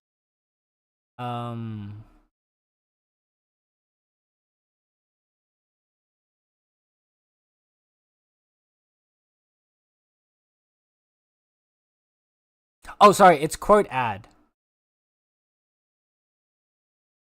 I should actually make it add quote as well. Let me add that as variation.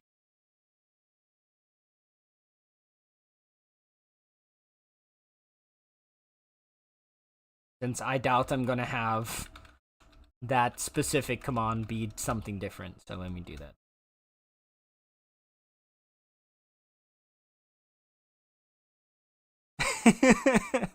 There you go. Thank you, Kai. There's 37? Yes. There are 37 quotes. And there's quote number 1. There are a good few quotes. We also have a quote searching system, which was made for us courtesy of the ever so brilliant and magnificent Master Pluis. I'm really enjoying the fact that everyone keeps calling you Master Pluis, or Pluis. So I'm just gonna start calling you Master Pluis now instead of Plaus. But yeah, Plaus made us the quote search function. So you should be able to do with exclamation point, search quote, or quote search, because I just added both of those as versions of it. You should be able to search for a quote using any term that you decide.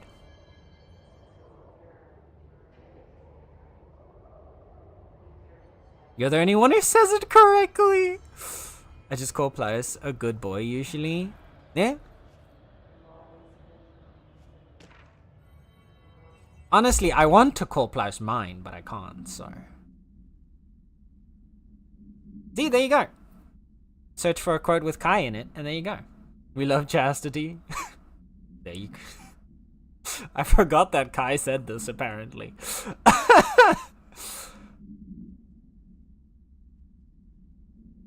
Of course it's horny. I was about to say, it's the opposite of horny. It's chastity. That's the exact opposite.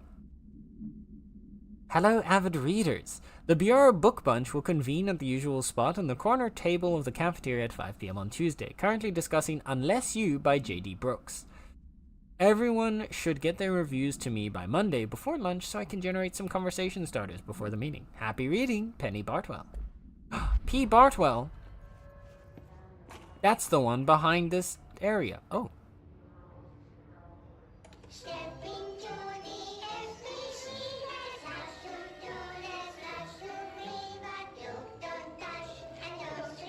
This is upsetting.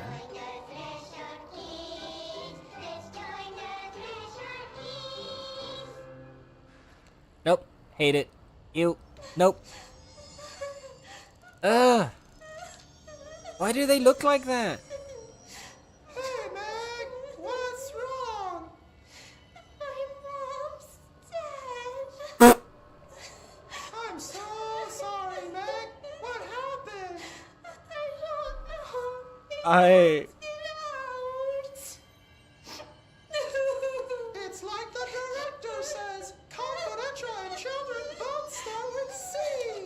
There's a puppet. A dirty, rotten, fat person. Dad says my mama went missing in action. She walked into the city and didn't come back. I'm so I confused. don't know what missing in actions is, but I sure wish someone would find her. I'll help you look, Telfer. We'll find your mama together.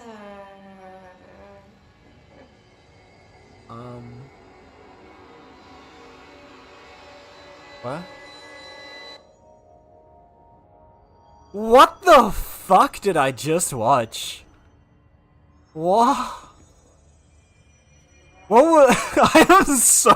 That was the scariest thing I think I've ever seen. That was absolutely... What in the actual living hell is that? I don't know. That was terrifying. Why did they look like... What was the just... Ew. I hate it. His life is in your hands. Well, rip. Children and confidential both start with C. It's a crazy sentence. Anyway. That bit at the end was just the icing on... Yeah. They're like, we'll find your mama together. Was just... Did she like lose? Did she go crazy? Is she evil now? I'm invested. I need to know more. Where's the next episode? To whom it may concern, I'm being contacted by the past presidents of the United States of America. They appear as spirit guides, giving me their wisdom. John Adams keeps saying I need to fix America, but I can't really understand him. They all have a lot of opinions. People tell me I'm imagining it, but Theodore Roosevelt showed me how to fix my lawnmower, and I don't know a thing about lawnmowers. Explain that! I have great dead men telling me about the past and the present. If you'd like to use my abilities to help run the government, please let me know. I know the White House could use me. Yours in earnest, James Bartholomew. You know what? He makes a good point there. Threshold kids missing... No, I don't need to watch that again. Thank you. Thank you. No. Swiftly moving on from that occurrence. Is there anything else around here? Any other rooms that have opened up? Any other places we can access? It doesn't look like it. Oh my goodness.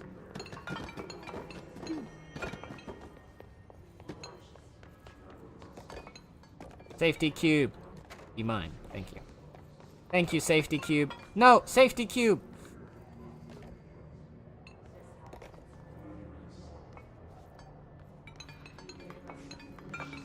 Safety cube! You betrayed me for the last time. Nobody saw that. Communications. We're on the right track. Yeah, this was the way we needed to go, so... Oh.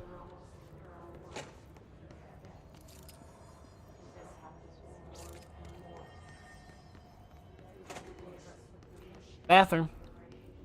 Why is it so blue in here? Also, hi Gon, by the way. How's it going?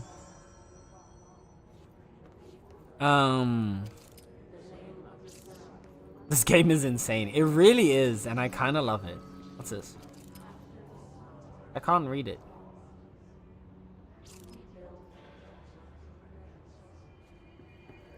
Why are some of the textures so, like, messed up? I feel like this is supposed to be readable. But, like, for some reason, textures are just, like, gone. And I don't feel like Am I... Is everything like that low?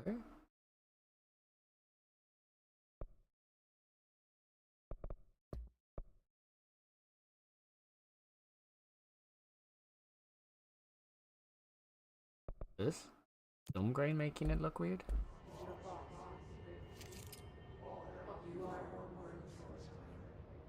Oh, film grain does actually make quite a big difference. Alright, I'm messing around. Give me a second here. I'm gonna put film grain on it. How I feel about it. Oh! By turning film grain off and back on, it somehow made it look better. What? What? I didn't change anything. I turned off the film grain and then turned it back on. And now all of a sudden they're all legible. What? What?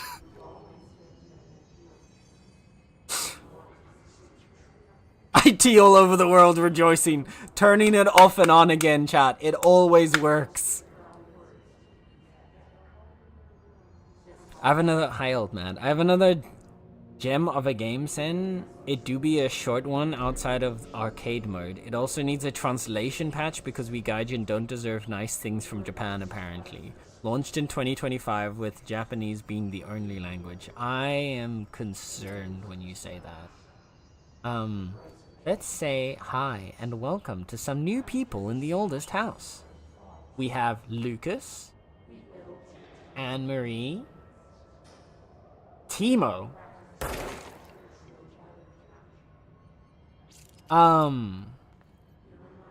Jenna, Ted, Leonard? I don't know who that last one is. I can't read that last one at all. Official rules of conduct. Speak in moderate volume. No personal calls. No food or drinks or around documents or in the copy room. No using the photocopier for personal projects. Or the 3D printer or the bureau stationery. Someone 3D printed a dildo. I'm just saying. Wear access badge at all times. No discussing confidential projects out loud. The one to finish the coffee pot makes a new one. Fair enough. Why did you shoot Timo? See, if it was Timo like that, it would have been different. But that's not how it was spelled. That's not how they spelled it.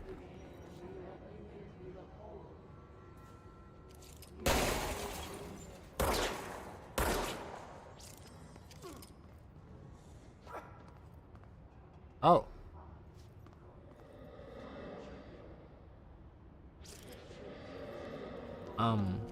I think we just watched a man get murdered.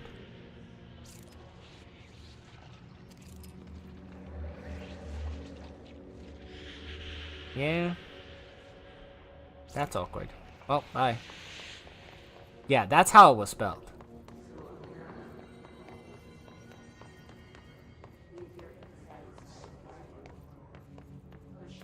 I knew there'd be something up here. Weapon mod for reload efficiency. Alright, time for a very important test. Fall damage? No. That was a solid, like, 2-story full. Alright.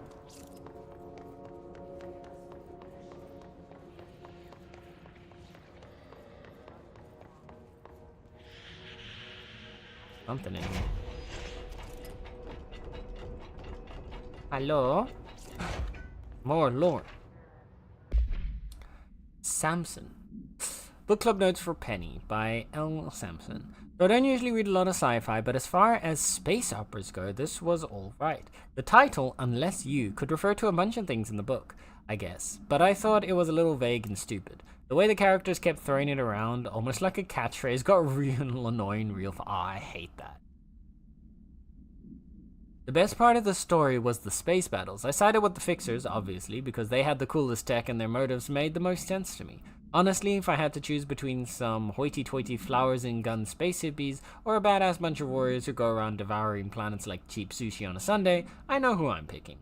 That scene where they invade City Planet and convert the entire population using those brainworms, and that space dogfight between those two ace pilots, signed me the fuck up. What kind of ruined the whole thing for me was when my favorite character got killed not even halfway through the story by getting a battery cylinder launched into his face by a gravitational anomaly. His death did not feel necessary at all. Holy shit, they were talking about him.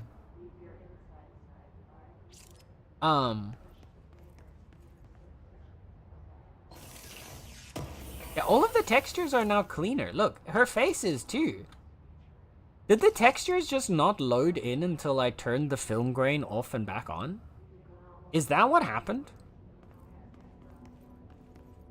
Cause like her face looked way waxier at the start too. And now she actually looks good. So like, I don't know.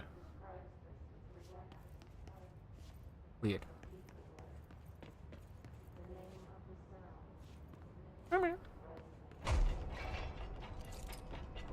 The second set of bunk beds retract. Wait. Like folded up? Oh yeah! I didn't even realize. Yeah, these are also bunk beds. Yeah. Yeah, they're fold up. They're folded up. Oh look, and the pillows are there. Because it says occupancy 6. Yeah. No, you're 100% correct. You are 100% correct. I was wondering that with the other one, we went into one of these rooms earlier, and I was also like, there's only 3 beds, so are they like doubling up on the beds? Like, I don't mind, I'll do it if I gotta snuggle up with a homie for safety. Who am I? Who am I to not like, you know, throw an arm around my homie, pull him close, keep him warm at night, you know?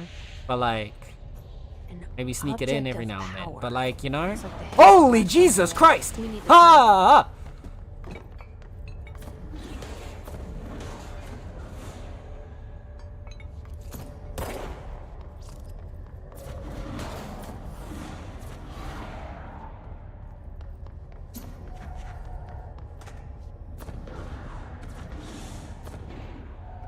Okay, so that's not very nice. He's not very friendly. Don't mind me, I'm just looting real quick.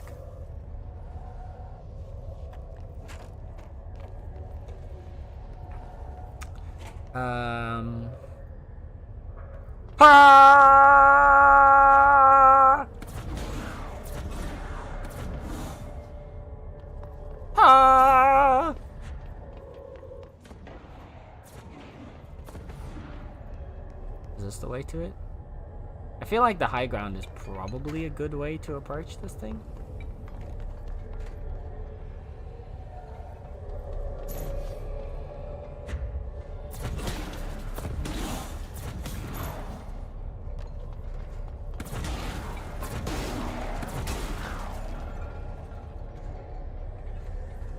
Yeah, I'm so smart. It is over. I have the high ground. Exactly. It's over, Anakin. Need it to.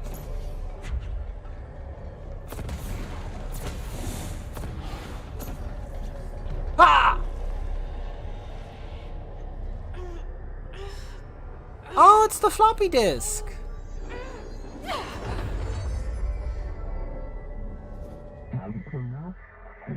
The floppy disk nuke can be bound to gain launch telekinesis. Teach us to believe, Director. It's harder to hear you when I'm here. It's like the channel's been changed. The board's in charge here. They're pyramids in the Bureau seal. Are they really the ones pulling the strings? I'm not their director. I'm no one's director. Okay. Oh! Oh, hell yeah. Oh, fuck yes. I love telekinesis. Oh, bro, I am so here for Meow. this. Meow. Meow. Hi, Nelly. Oh, bro, I am 100% here for this. Yes. Yeah. Oh my god, this is so good. Fuck yes.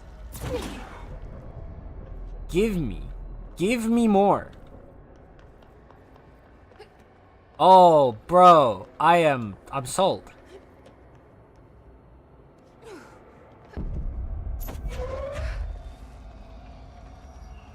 I love telekinesis. Can I climb with telekinesis still? I can. Oh no, I dropped it.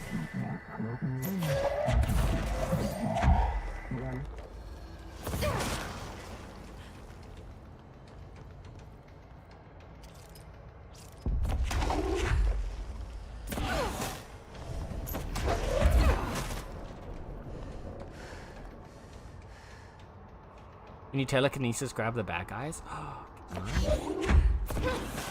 It seems to lock onto them to throw stuff at them. Now I need to figure out if I can... Okay, wait. And thank you, Tally. I am so hooked. I love this. This is amazing. Alright, let's go. Ah! Can I telekinesis you guys? Doesn't look like it.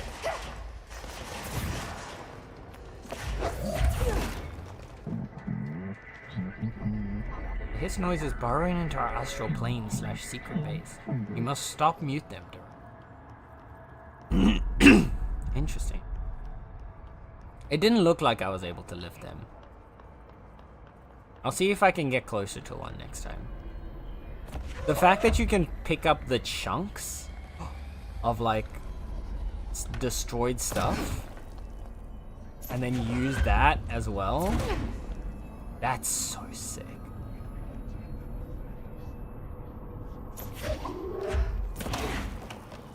And like break, oh. It's so sick.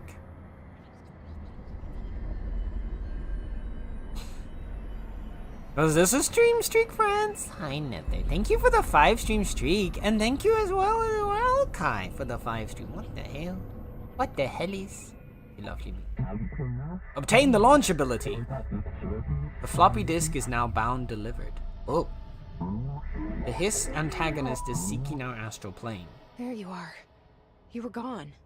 Cut off. I got it. Just like you wanted, right? This will help me fight the Hiss. Abilities like launch are particularly effective against shields. Alright, but I want to read this. Okay, wait, we got stuff.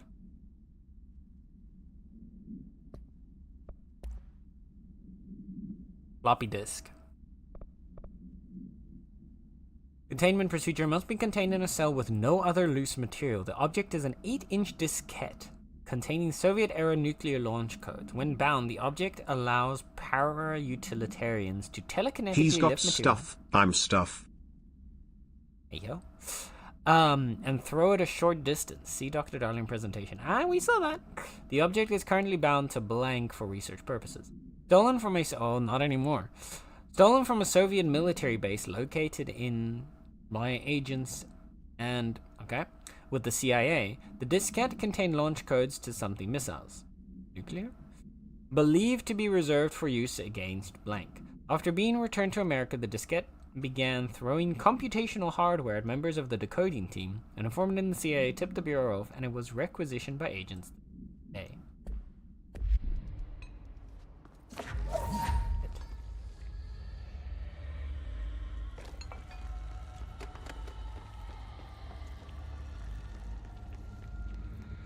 What's up, dude?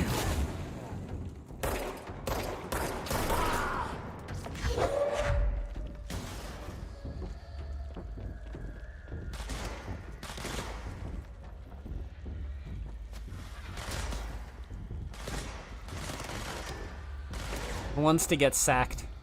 Get over here. As your new director, I'm sorry to inform you, you've been sacked. I said you've been sacked.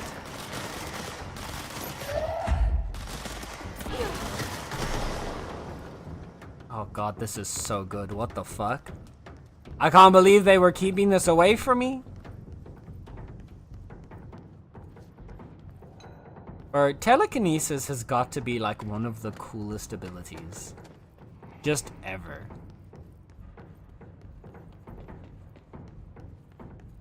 Like, it's so... Oh. Like, this has got to be just the coolest fucking ability in the world. Just yeet. Yeah, yeet. Yeah, yeet.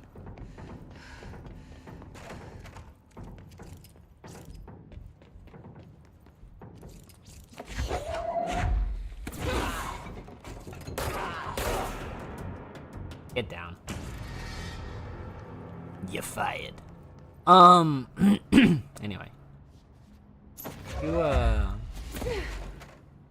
Thank you. Still can't get in there. That's unfortunate. There seems to be a lot of intended backtracking later on. Of, like, finding all these rooms that have, like, locked doors that I can only get into when I have the clearance. God, I'm never gonna remember. Do they mark these? They don't mark them on the map either. Oh, that's gonna take a while of going back to like every single room in the game. I'm assuming there's probably a lot of back and forth in this after you've like unlocked all there. Oh, hi.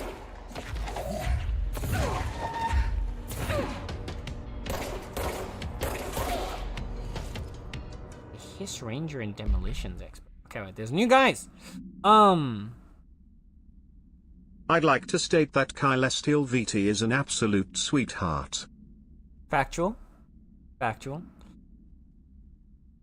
Now I was highlighting the chunk behind the guy, so I assume, yeah, you probably can't grab them, but still, it's cool. Eventually, the aiming in this pissed me off so badly, I just stopped for my own sanity. Really? Huh. I haven't found it to be that much of an issue, but I'm also playing the Ultimate Edition. I don't know if there's a difference between the Ultimate Edition and, like, original Control. Maybe I don't know which one you played. But, like, the aiming's a little weird, but it took me a little bit, but I feel like I'm already used to it. So, yeah. Pet the creepy dolls on TV from earlier! Oh no, Kai, why? Why would you do that? Field research on Hiss entity has corrupted Ranger. The Rangers are the Bureau's well-trained and well-armed expeditionary forces. Their Hiss-corrupted counterparts are equally formidable. Prior to corruption, Rangers were trained to use a variety of weapons in order to face any threat found during AWE response or threshold exploration, including submachine guns, assault rifles, and automatic shotguns. Well, that's always. Hiss Rangers utilize these weapons as well as the advanced tactics taught by Bureau instructors. Some are additionally outfitted with Bureau-made body armor. Hiss Rangers have no observed paranatural abilities beyond some being protected by a shielding of dense Hiss resonance, capable of stopping bullets. Considering the advanced training the Hiss Rangers are capable of applying to their situation, is it feasible to consider the human mind still remains intact to some degree? Or is the Hiss able to tap into this combat training and utilize it? Further observation is required. Hiss Demolition Expert. The Bureau only... One second. There we go. That cough was like sitting in my throat for the last like 20 minutes. And just did not want to come out. The Bureau only allows certain highly trained individuals to handle volatile materials and weaponry. Our demolition experts are instructed in the use of explosives in dimensions with distinct physical laws, making them important assets for engineering work as well as combat situations. So that implies that there are dimensions without distinct physical laws. Hiss demolition experts are the only observed Hiss variations to wield the specially built rocket-propelled grenade that is designed to identify and track entities once fired, making them a threat whose termination should be prioritized in combat scenarios. I find it remarkable that the Hiss restrict usage of this weapon to the Bureau personnel who train specifically for its use. What does this tell us about its behavior? Can it not pass along new information to corrupted entities? Still too many unknowns. Refer to file. Yeah, so it seems like it's not quite a hive mind. From what I'm understanding, the hiss seems to be more of like a ruling entity that infects and takes over others, but they're still a separate entity from it, but under its command.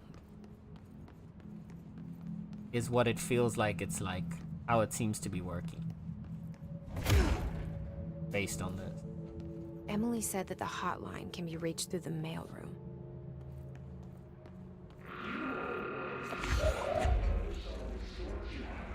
Who's there?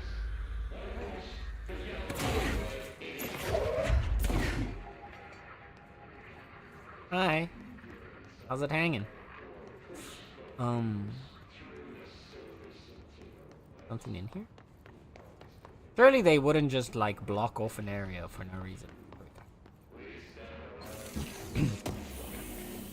They look like they needed it. But did that mail just duplicate itself when I got nearby? Because that looked like that mail just duplicated itself when I got nearby.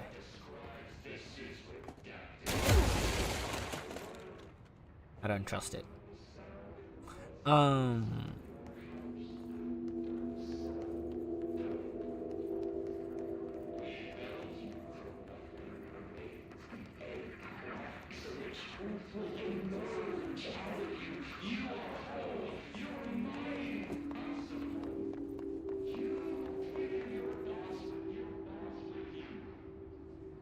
Nothing around here.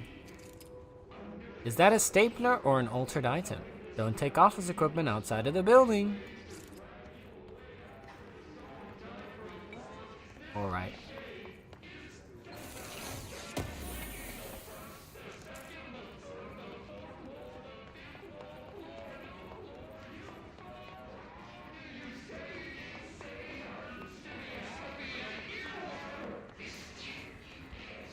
I wish I could properly understand what it's saying.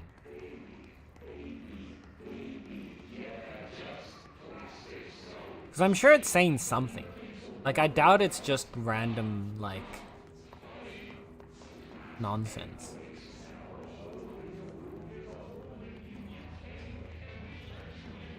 Where are we here?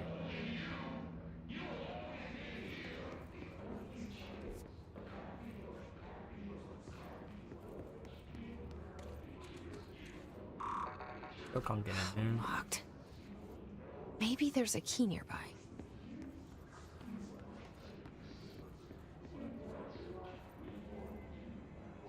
Oh! This must open the door. Clearance level.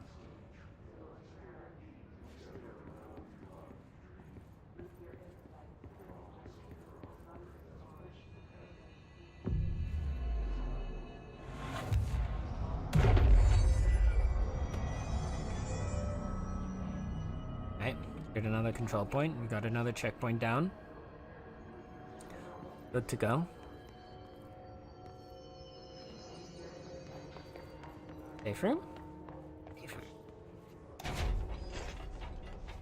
Hello? Anybody home? Housekeeping?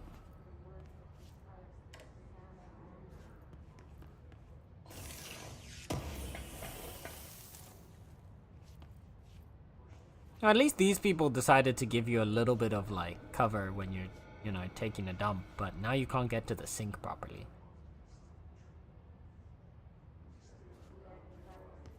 I don't know how how smart of a decision that was in total. This person had 2 queen. Never mind, they only have 1 queen.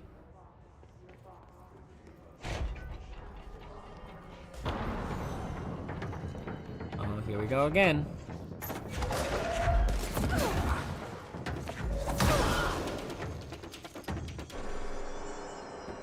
Shit, get fucked. God damn, he got obliterated.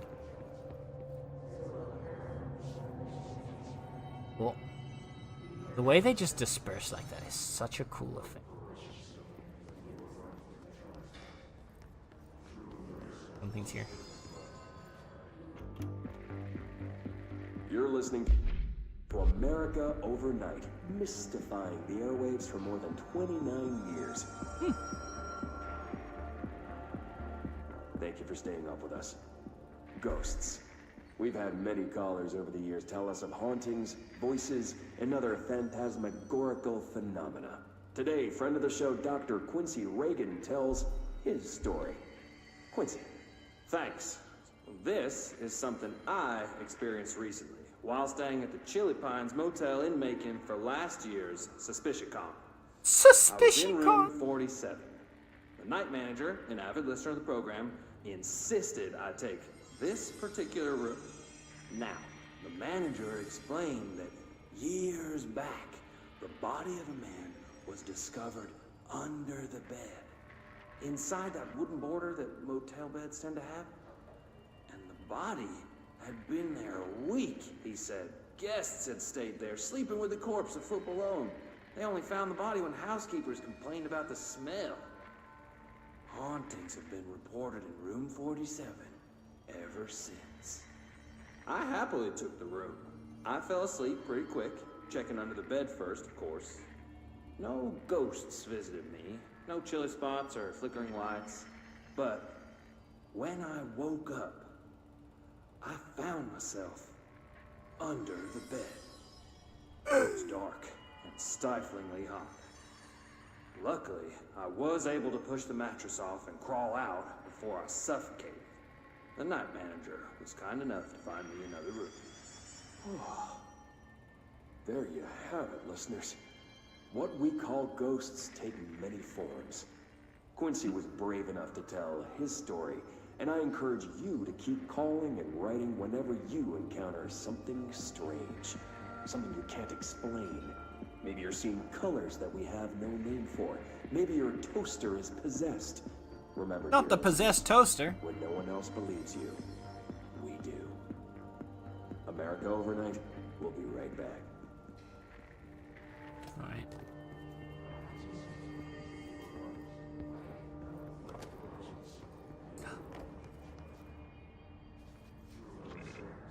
Oh, do we need to get multiple of these keys to open? Like, do we use one key per door?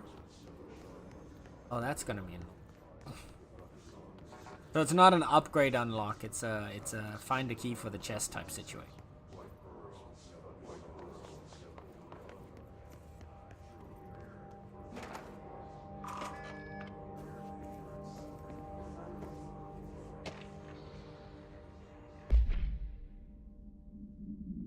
Marshall lockdown listing. Pay attention, Alberto, this is the last time I'm explaining this. Internal lockdowns are manually triggered events that lock one or all of the sectors by restricting use of the sector elevator, effectively locking staff in their sector until the emergency is handled. They can only be lifted via the directorial override in maintenance once the director is satisfied that the situation is under control. Hey, that's the name of the game!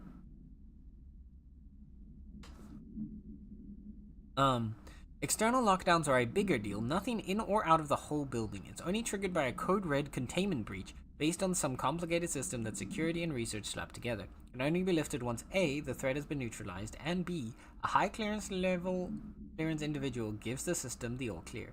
This process is not the same as the directorial override, so stop saying so in documentation. I know it's confusing as hell, I've told Darling 100 times to change it, but they've adamant it stays the way it is.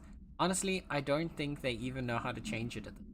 Let's just make sure our staff understands how this mess works, okay? Thanks, Marshall.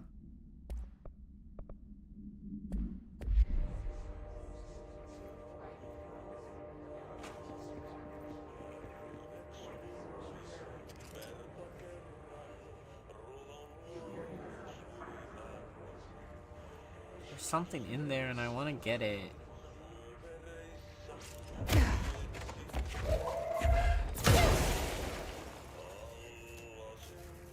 That didn't work.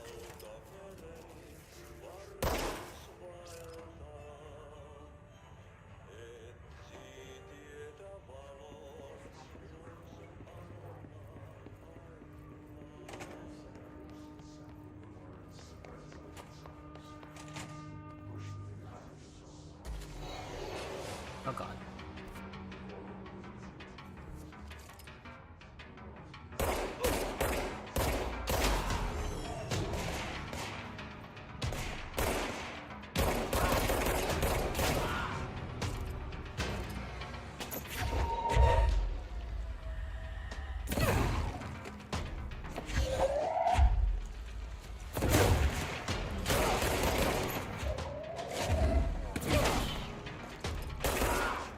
Oh wait, when you lift it up, it like actually hits them like...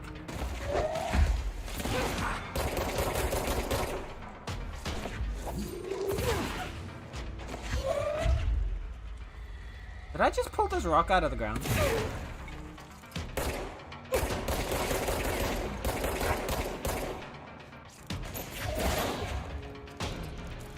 That looked like I pulled the rock out of the ground. That's cool. Okay, so even if you push E when you're not... Ah, I see. You can like damage like the terrain around you.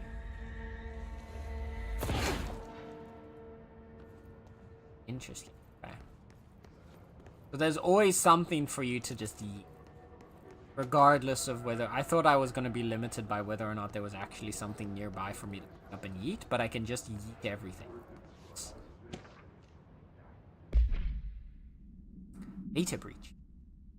Last month, our on-site server experienced an intrusion by unauthorized users. After a thorough investigation, it was confirmed that the users only accessed a video file which contained portions of various Dr. Darling presentations. Investigators were able to track the users through their IP address. The following are the confirmed identities of the Patrick Reutens, Rubens these names are tough. Arto Kolumaki, Christopher Millis Bowling, Jaakko Saarinen. These individuals, I'm so sorry to everybody whose name I just absolutely... These individuals are in breach of Bureau Code 91 and have been placed under surveillance by our internal investigations team. Further action is pending. You know, whenever games put names in them like this, I always wonder, like, whether they're just names that they randomly came up with, or if they're like referencing either like people on the team or like family members or something, right? Like I feel like it's really boring to just put in like a random name or put together a random name, but instead kind of like reference someone. But I kind of always wonder whether or not that's actually the case. This room is so interesting. These are like desks, which is really interesting. Why are they like this? Internet usage rules is not for social media use. No materials of any kind may be scanned or uploaded. Email addresses are for work-related correspondence. Level 5 clearance required to access internet. Damn! The cubicle's black rock shell gets damaged. Vacate it immediately and alert Mr. Thomas. If you notice any text in your work that you do not recall writing, vacate your cubicle immediately and alert Mr. Thomas. Do not connect internal comm devices to your work. Printer is for communications department use only. Altered items are forbidden in the... Notify security of any breach immediately. They may require... Ah. So is this like some kind of like... It's calling this stuff black rock, right? So is that supposed to like suppress like the para supernatural, whatever they're calling it, paranatural? I don't know. The supernatural stuff. Is it like suppressed by this like black rock?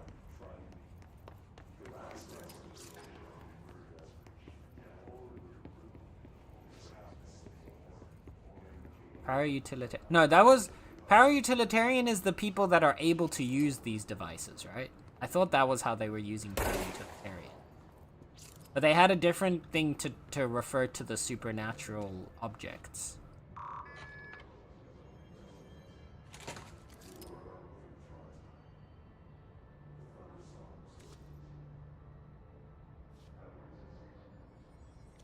Oh yeah, I know what you mean now? Okay. Yeah. I'm wondering if that... Oh dear. What the? What are you? Oh, it's a boss fight. I can fly now. Great. Get yeeted. Oh god.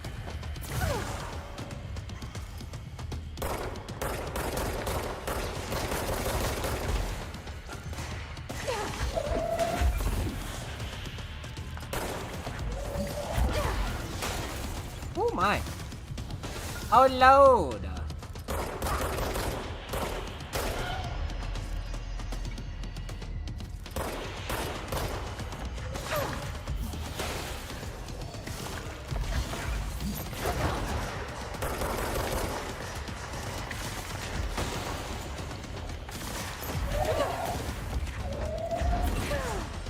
Can't hit him.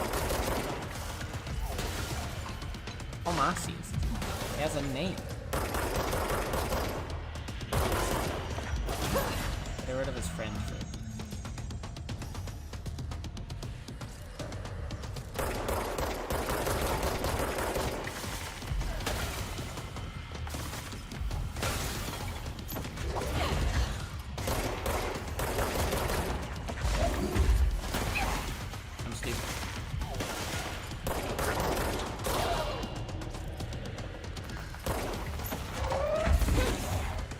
Okay, so I can stop him from throwing it. By throwing something. Oh, fuck.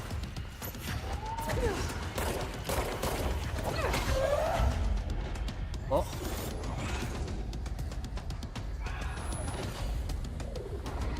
What is happening? I have a feeling he'll be back. You don't say.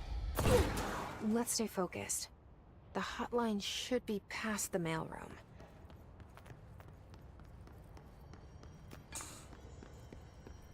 Absolute captain of stating the obvious. Hey, this supernatural entity that tried to kill me and then ran away and is currently in this supernatural locked down space and unable to leave just like I am, is probably going to be back and try and fight me at some point. Now, how could I have known this? You would argue, potentially by the virtue of the fact that we are locked down within the same space, that it is likely that we will cross paths once again, and that it has an intent to, at least at some point, try to end my life.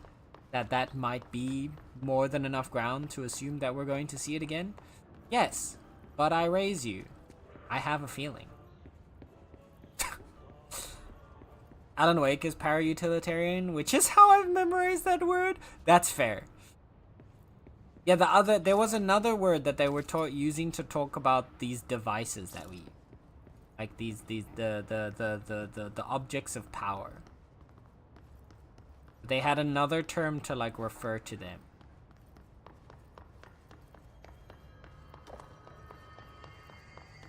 Like was it paranatural? Paranatural force? I don't know. I'm guessing this is the way forward. We'll check. I'm assuming we're gonna explore. Wait, there's a file there.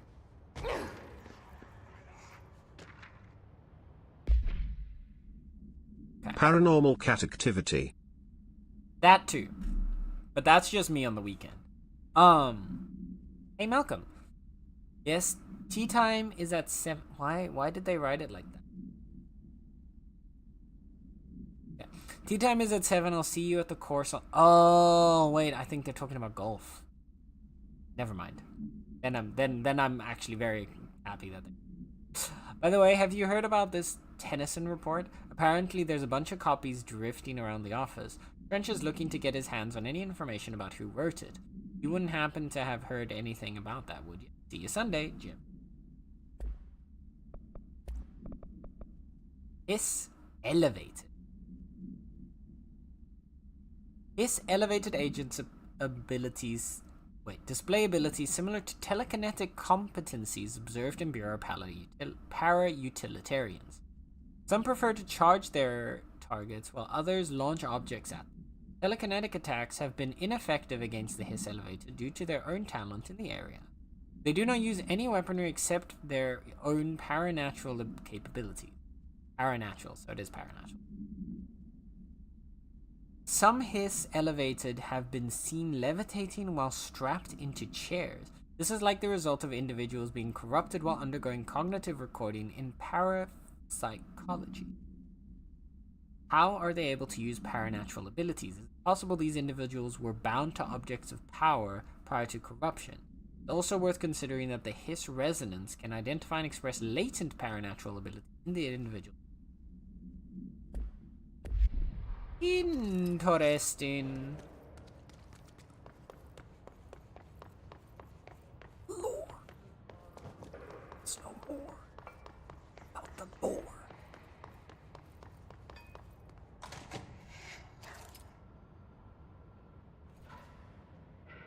Vent in here.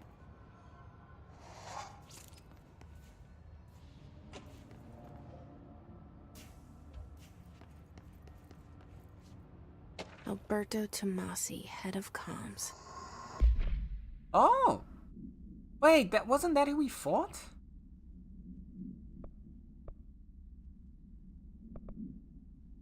Yeah. Well done, everyone. It was a strong campaign and perfectly executed. Huh. The Hiss got him. Rip.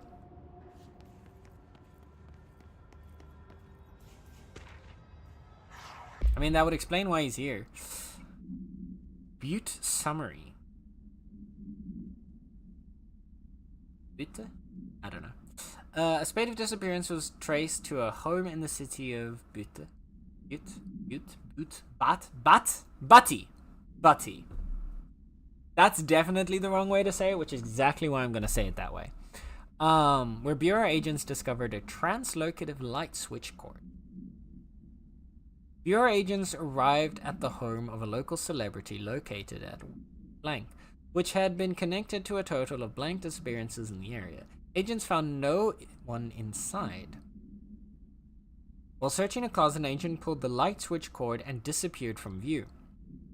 Another agent was selected to pull the cord in order to replicate the event. He disappeared as well. Both agents were discovered at the oldest house blank days later, found in a sealed room by rangers exploring a new area of the house. The light switch cord in the home closet disappeared during this incident.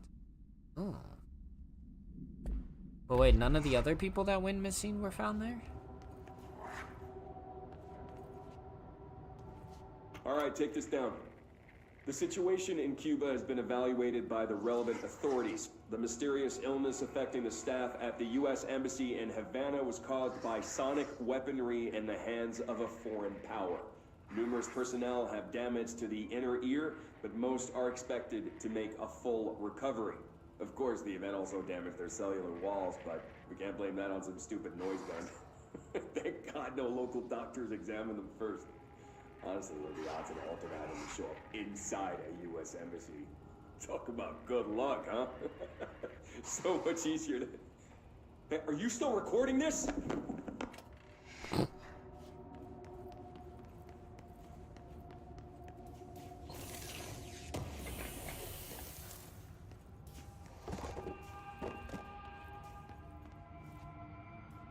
Okay. The hotline can't be far now.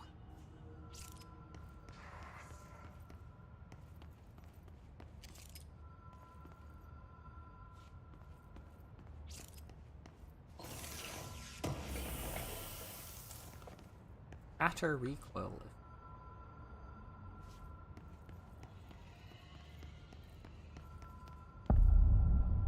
Hotline chamber. Ah, yeah. What do we got? A supplement for Butty? Alright, Butty. According to their testimony, the agents had been transported from the Butty home to a roadside motel, named the Ocean View Motel and Casino, and discovered a room key by performing a ritual. Almont 1.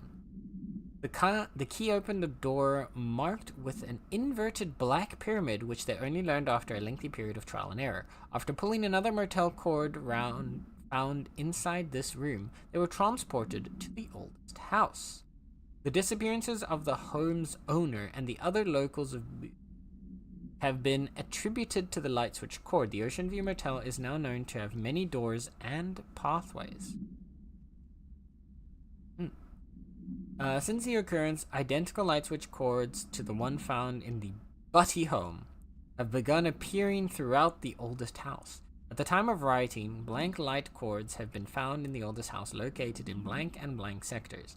These all access the Ocean View Motel, though how exactly this link operates is... But initial hypotheses center on the Butty AWE as a blank blank. Dr. Darling presentation 24.3 for more details. We don't have that present.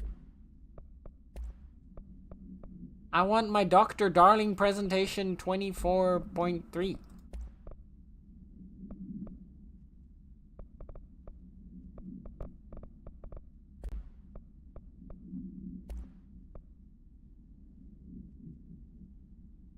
Anyway. Is this what we were going after at the end of last night? Yes! We're going to the phone. Apparently this might help us... The hotline here might help us connect to the former director.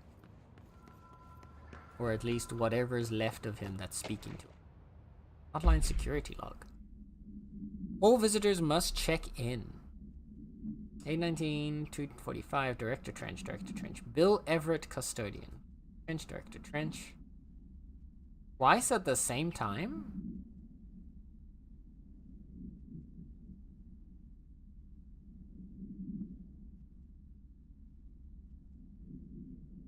Oh no, yeah, no, wait. Each time it's at the same time for Director Trench. 19th, the 2nd and the 9th, the 9th of the 9th. Bill Everett. Trench 16-9-23. Is he going every 7 days here? 7, 7, 7. Yeah, he's going every week at the exact same time. And then here he differentiates. Suspicious.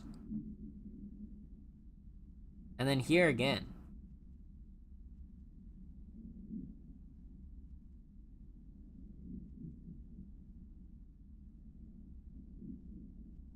But yeah, here the time is also. It's 7 days, but it's a different time. And then here he's like regularity, and then regularity again. Probably means absolutely nothing, but...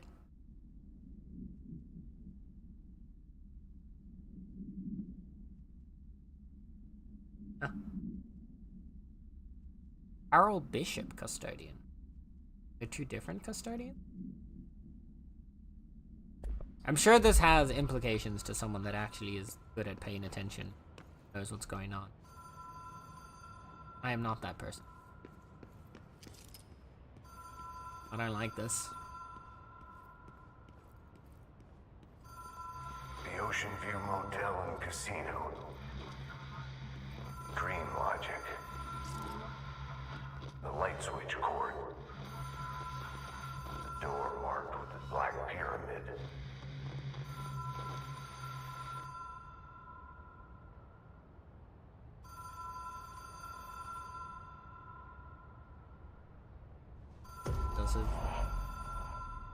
Oh.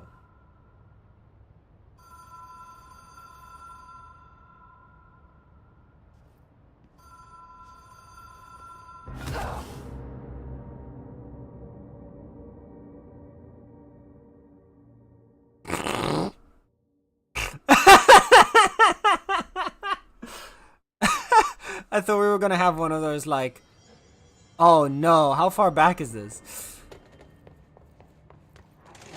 I don't have to redo all this, do I? No, okay. I kinda... When he said dream logic, right? He said dream logic. So I was like, oh. So that means I'm gonna be able to walk on nothing. And just kinda hover across. That was how I interpreted him talking about dream logic. I was wrong. It does count that I've picked up all the files and stuff, right? Oh, thank God. I would have been very annoyed if I had to pick up all this stuff again. So everything I did leading up to that moment has been done still. It's just I restart from that checkpoint. Okay. That's good information to have. Okay.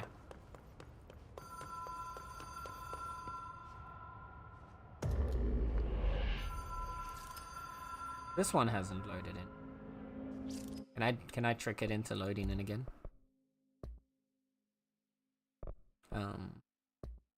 Okay.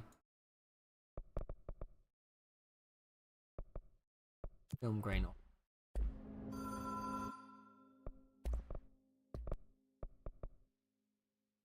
Actually, wait, it's visible. Yeah. For some reason, when I turn the film grain on and off, it loads the textures. Ocean View Motel and Casino entry point. Catalyst light switch. The law of 3 applies. Ah, see, that would have been really useful to be able to read before I walked off the edge. 2, 3. Whoa.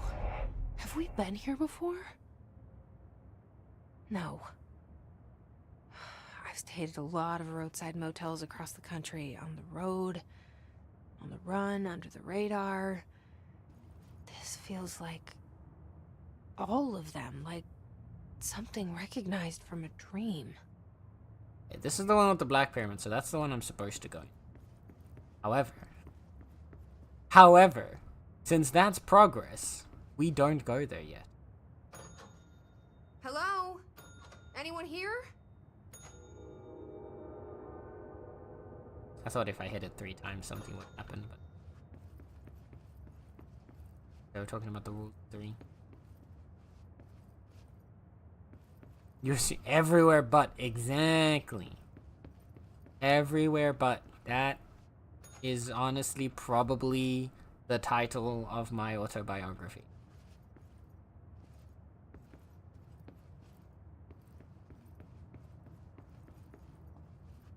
There's a door that's open. Hello? Housekeeping? Anybody home? Radio. Picture. Look like this.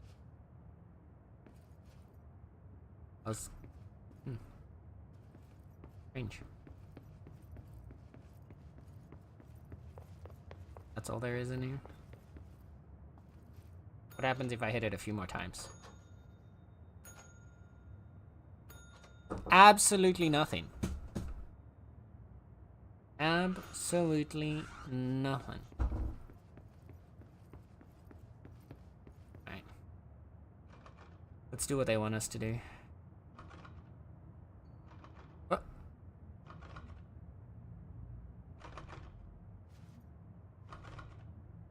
Did I need to hit the door and then hit the bell?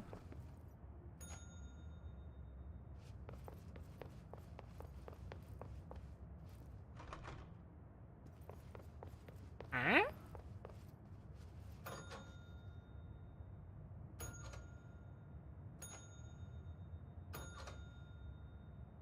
Oh, wait.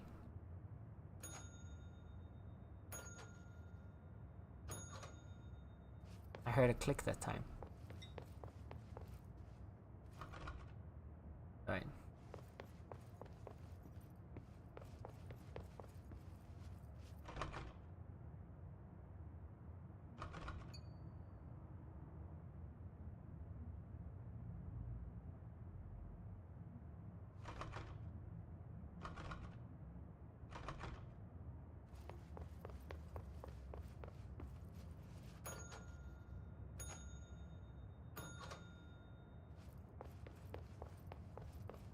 Can I now go in? I'm so confused. Wait.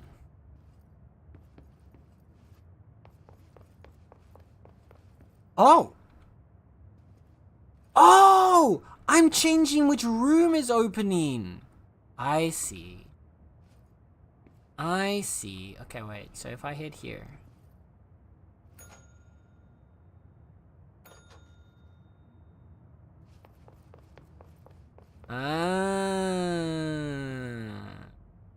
I'm so smart.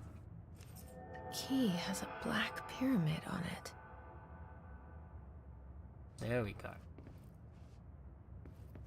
Does it only those 3 doors, or is there anything in the other door? No, it just kind of sets it back here. 1, nothing in there. Just want to double check that I'm not seeing any. Nothing in. Interesting, interesting. was like, I keep hearing this noise every time I after hitting the bell, and I was like, why? But I only really heard the one that was like from the closest doors. It's like, okay, after 3 times it does something. But why? Ooh. Totally not suspicious. Hey, that's us. Okay, that's creepy.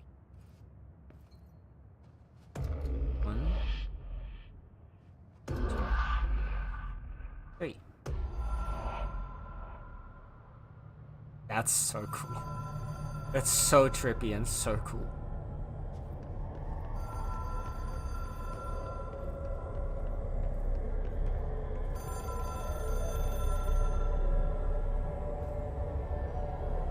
Oh, flashbang. Ah, my eyes. What did I do to deserve this? The hotline seashell is a transmitter bridge. Directors can call the board long distance.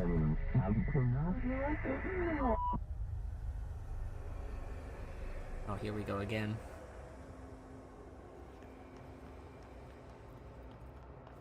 Liminal space! Oh my god. Pyramid's huge. Why do I feel like the pyramid isn't a good? The hotline will allow you to contact extra-dimensional.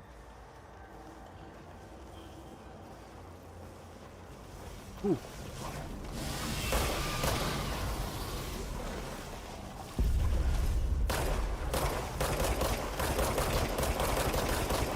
I don't think I'm supposed to shoot it.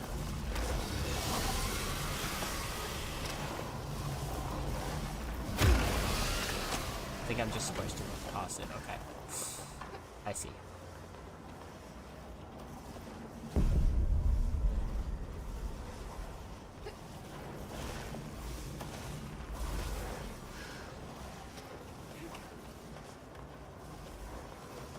Peggy?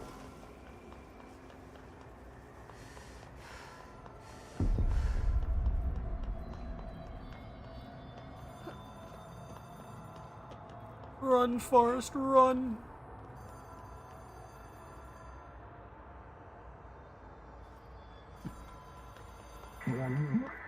Well done, dialed corrector. You can contact us, past selves, in the hotline collectible menu. We expect compulsive weekly calls.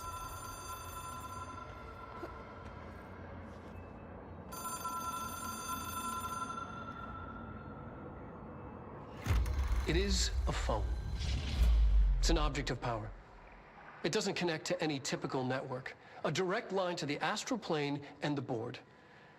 And my hypothesis is, under the right conditions, to other planes of existence as well. Huh. Wait, we're in the office again? A director needs a team.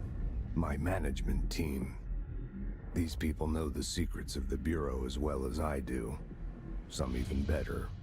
Darling, Tomasi, Salvador, Marshall. Marshall especially, my head of operations. She sees right through me. She knows I don't like relying on people. The only person you should fail is yourself. But things change when you become director.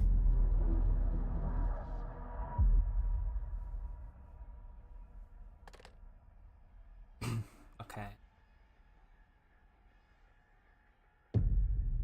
Oh. I have it. The hotline. I can reach Trench. Well, listen to him.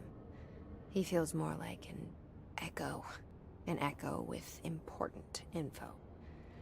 I need to get back to Emily. Okay, but wait, we got more lore! Hotline. Containment procedure. Object should be inaccessible for use except to the director. Object is a 1960s era red bakelite telephone. The rotary dial has been replaced with a black knob of unknown purpose. The phone weighs blank. The object allows the director to communicate with the blank. If used by anyone other than the director, the object will cause lethal. Alright, so interesting. Okay. The object is currently bound to Director Trench. The object spontaneously manifested in the director's office, placed on the desk. Director Northmore was the first known Bureau agent to use it. Battery of tests were run on the object, including blank and blank, but its origin remains unknown.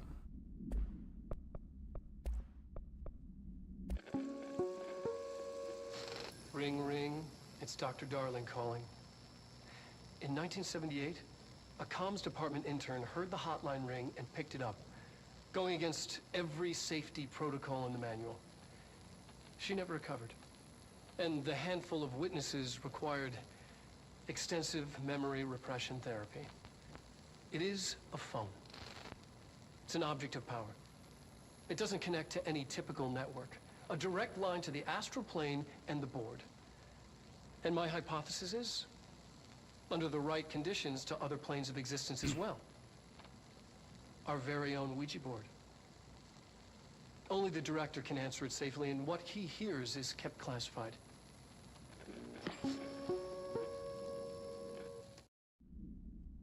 Interesting. Okay.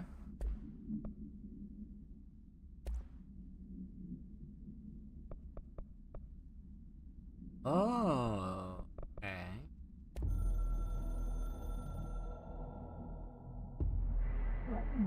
You are the director now. We expect independence dependence. You are authority chosen one. The Bureau game needs you.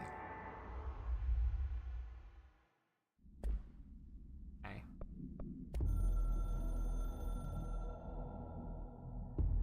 It took us a long time to learn how to stabilize the control points, the ley lines, the meridians of the oldest house.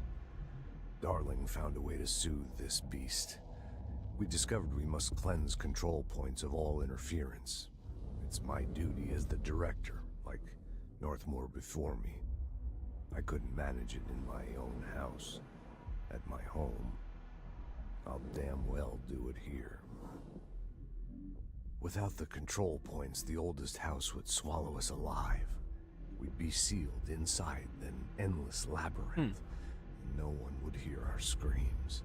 If an enemy ever managed to corrupt the control points, it'd be over fast, spreading like a cancer, leaping over the fire breaks like a crown fire. They are the weak point.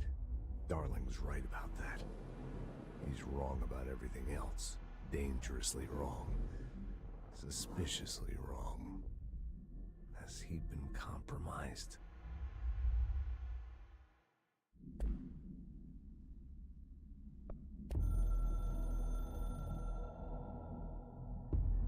I can hear the hotline ringing in my dreams, constantly ringing. Ringing so loud I can't hear the voice I'm straining to understand. Why don't I pick up? It's a secure line of communication with the board.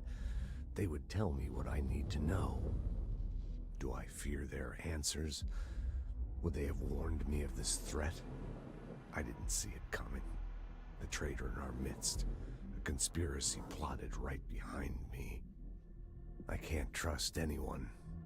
I must assume all my intel has been manipulated. The hotline is the only channel I can trust. Bind it, control it. The rule and the ritual with objects of power. It can't be tampered with. The lifeline to the astral plane and the board. I must seek guidance. Soon. I'll rest first. I'm so tired. Always tired now. But I must reach the hotline. I think I'm under attack. An attack of dementia, exhaustion. It's a brain cloud making me forget. The hotline. I must reach the hotline.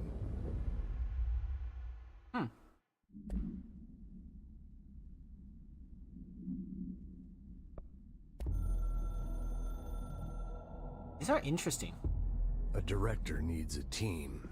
My management team. These people This is the one know we the saw. secrets of the Bureau as well as I do. Some even better. They have proven themselves. Oh, wait. Darling, Tomasi, Salvador, Marshall. Marshall especially, my head of operations. She sees right through me. She knows I don't like relying on people. The only person you should fail is yourself. So I followed my own orders.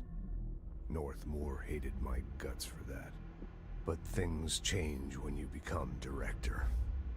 You suddenly see this dark void for the horror show it truly is, filled with screaming fear we pretend to control. Sand leaks through my fingers. The roses I pruned in the garden back when I still had a family, all dead. Heat escapes my body. My thoughts are scattered. The universe keeps expanding, and I can't keep up with it alone. When I forget that, things go wrong, and my team has to pick up the pieces. Damage control. To help me get out of my mess.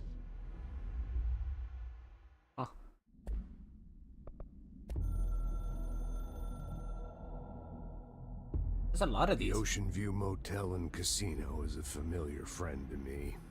I stayed in countless motels like it while investigating AWEs across the country, back in my field agent days. Those roadside motels all bleed together like a dream. Same and not the same. Anywhere and nowhere. The Ocean View operates on dream logic, and the light switch cord leaks out to be found in the most unexpected places, and sometimes successfully encouraged to appear and act as a convenient lock to keep out those not trained in dreamscape navigation. Even Bureau veterans can only find one key in the motel. The key that opens the door marked with the inverted black pyramid. The rest, the many other doors, are still mysteries to us. We're all merely guests there. Even the board. Sometimes I need to visit, just to breathe easier for a while. It beats the numb, sterile apartment I spend my nights in, insulated from everything but myself. I guess that's where the whiskey comes in. Last one. Something's coming. The whispers growing louder. The worst winter storm in Bureau history. A retribution for my sins. Our sins. This threat could destroy the Bureau. Everything I've built. Destroy me. A web spun, turning this place against me. I catch glimpses of it in the corner of my eye. It's just out of reach. Elusive. It's clever. A perverse game of hide and seek. Is this part of an attack? Obfuscating the facts. Dimming my eyes. It's hard to tell. I need answers. I haven't heard back from Darling. I fear for my friend, my closest ally. I think we made a terrible mistake all those years ago. That thing he studies is putting us all in danger. It's my duty as director to keep the Bureau safe. It'll be difficult. What's done can't be undone. There's no easy fix. Magical thinking is a requirement for survival. Pain and suffering are mandatory. To change things, you have to break yourself. I don't know if I have the strength. I'm old and weak. I'm afraid. I can see my hands trembling. I'm losing control. Hey, that's the name of the game. I'm sorry. Every time anyone says control, I just calm. People react strongly when I tell them about you. Oh. Is it too soon to tell Emily? She might be able to help.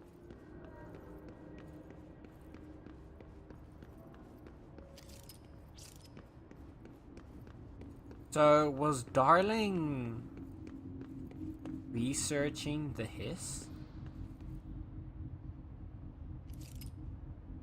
Camera following me? It is! Well, that's cool.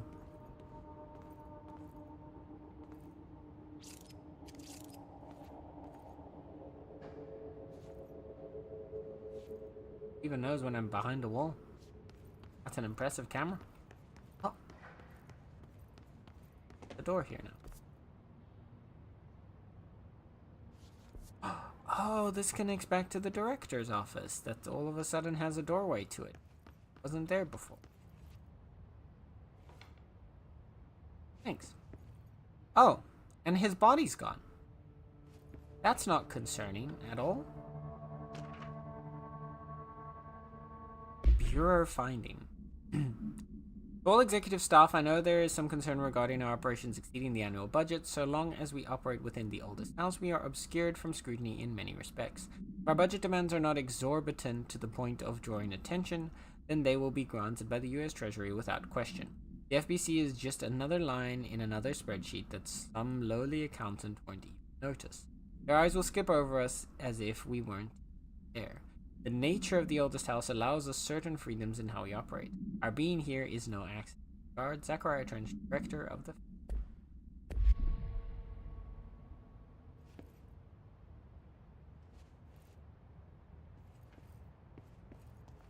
Wait. There's that. That is us, yeah. Okay, so now that it's actually loaded in the texture of the picture, that's interesting. So it just... Was she like... Did that happen as soon as she became director? Did it just like... Did the place adapt to her being the new director? Or was she like always destined? And so the pictures were already there because of that. Also, yeah, the place does repair itself. Which, very fair. Like, I'm a little sad, but I understand. Like, you kind of need that.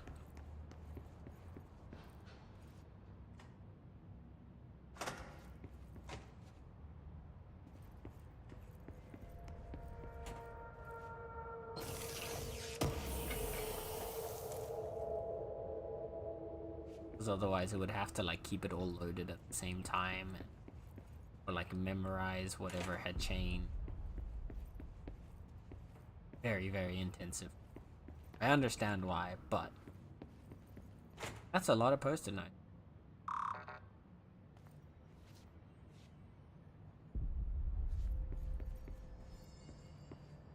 Oh, person,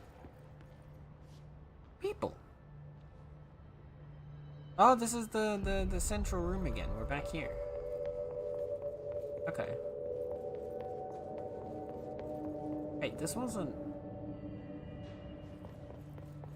Did it look like this before? I don't feel like this upstairs area was here before. Technological restriction. The oldest house imposes certain limitations on our bureau, but by far the most restrictive is the inability to use certain technological instruments. The oldest house does not allow devices that receive or emit any blank signal. Radio waves are the only transmittable signals in the old house, and even those are often unreliable. In the power of collective unconscious is taken into account, it could be that certain pieces of technology are too new in the cultural zeitgeist, assuming that's supposed to be, for the oldest house to understand them. Similarly, these items have not been known to become receptacles for altered status. Technology may be moving at too fast a pace for the phenomena to occur. Modern technology tends to disappear and break here, sometimes quite violently. Agents have been injured by cell phones exploding in their pockets while entering the old house. Refer to file 419. Okay.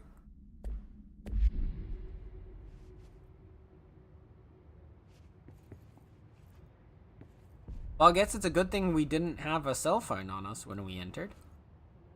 Hi, Necro! Hello, Cutie Necro. How is Cutie Necro? Can't find your office. What's your step? Ooh. Why am I yawning so much? Delays caused by house shifts do not count towards overtime.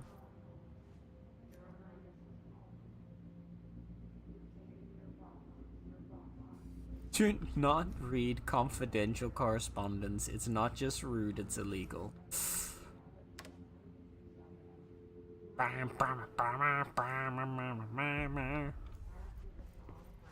Right. Necro_error says, wow.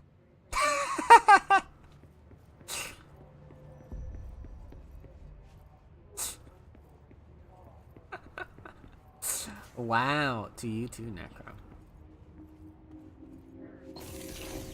Wow. How you doing, lovely? Thank you for the hydrate. Alright, chat, you know the rules. If I have to hydrate, so do you, so you better drink some water right now?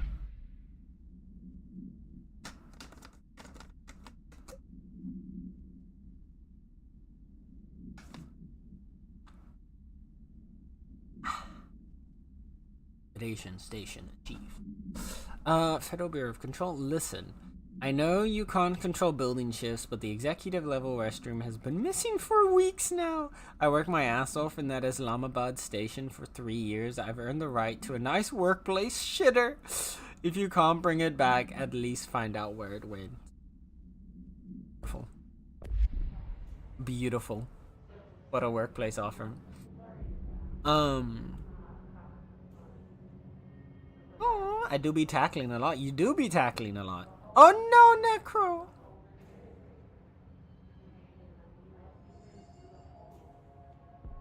I'm sorry, I only have green tea on hand. Well, too bad. Then you're gonna stand up. You're gonna go to the kitchen. You're gonna grab a glass. You're gonna take that glass to the sink. And you're gonna hold it under the spout of the sink. You're going to open up the sink to pour cold water into said glass. And you're going to close the sink again so that it doesn't continue to pour water all over the place. And then you're going to take that glass of cold water to your lips and you're going to drink some of it. That's what you're going to do, Ruby. But it's healthy tea. I have a bin bag. Did I stutter?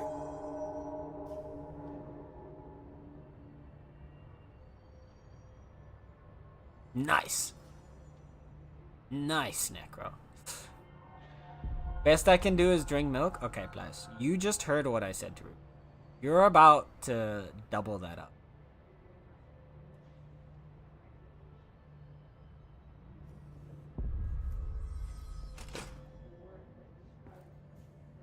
Turn the sound back up, you up. Alright? It's because it knows.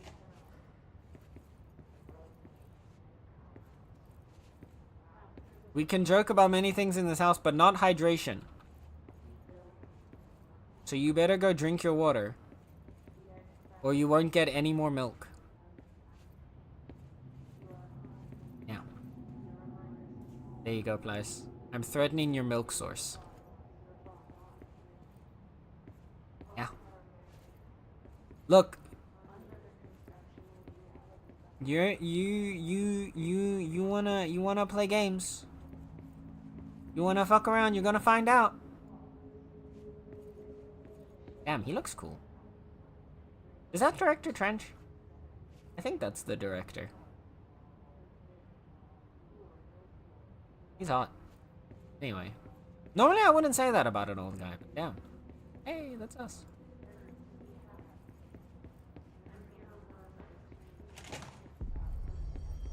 You got that silver fox face. Wanna get some water? Good. Good boy. Proud of you.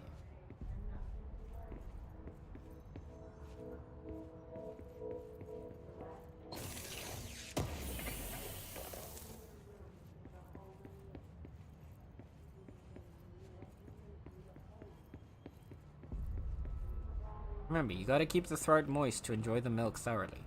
So anyway. This place definitely was not like this before. There's a lot of new spaces in it. I'm going to explore all of them for the lore! Oh look, maths.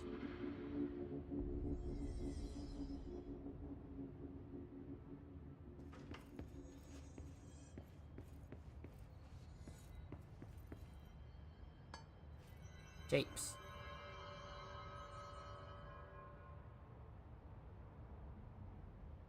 Ooh. The cube. This. Collective unconscious. Collective unconscious is defined as a form of the unconscious that is shared in all human minds. From this arises unconscious knowledge linking us through our ancestral heritage. The Jung Report, page 12 to 34. Through this collective unconscious, we unknowingly attribute a series of images and archetypes to all elements of our lives. These archetypes are never fixed, but shift and change in tandem with our species and culture. This internal belief is the power of images, shared by a massive population, blank, in the creation of altered items and objects of power. Okay. The sheer amount of blank exuded is attracted to the best representation of that image, imbuing a single object with a massive amount of blank. Theoretically, places of power could likewise be formed by the simple power of sustained collective belief. Interesting.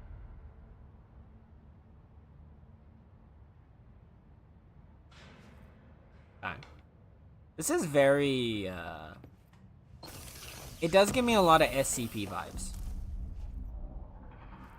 I think that's why I'm so, like, readily able to accept everything that this game is putting at me.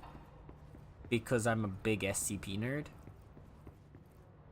So, like, a lot of the concepts here are kind of the same. And so, like, they just make sense to me.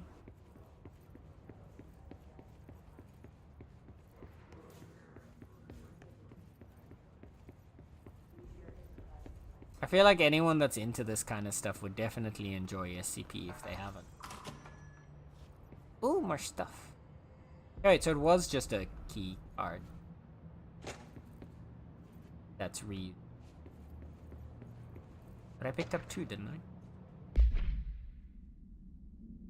Para-utility. Objects of power are unique in their capacity to grant certain individuals paranatural abilities. We call these individuals para-utilitarians. The potency of these abilities depends on the para-utilitarian. Using the blank object of power as an example, some para-utilitarians can achieve a throw distance of blank, while others are capable of little as blank. Dr. Darling presentation. Okay, so they're talking about the floppy disk. What exactly determines an individual's paranatural competence is unknown, but it's largely believed that some blank exists within the body, and that, like all muscles, it can be exercised. To continue my analysis, I've officially requested access to the Northmore record, considering he is one of the most accomplished para-utilitarians the Bureau has ever seen. Dr. Darling is still considering this request.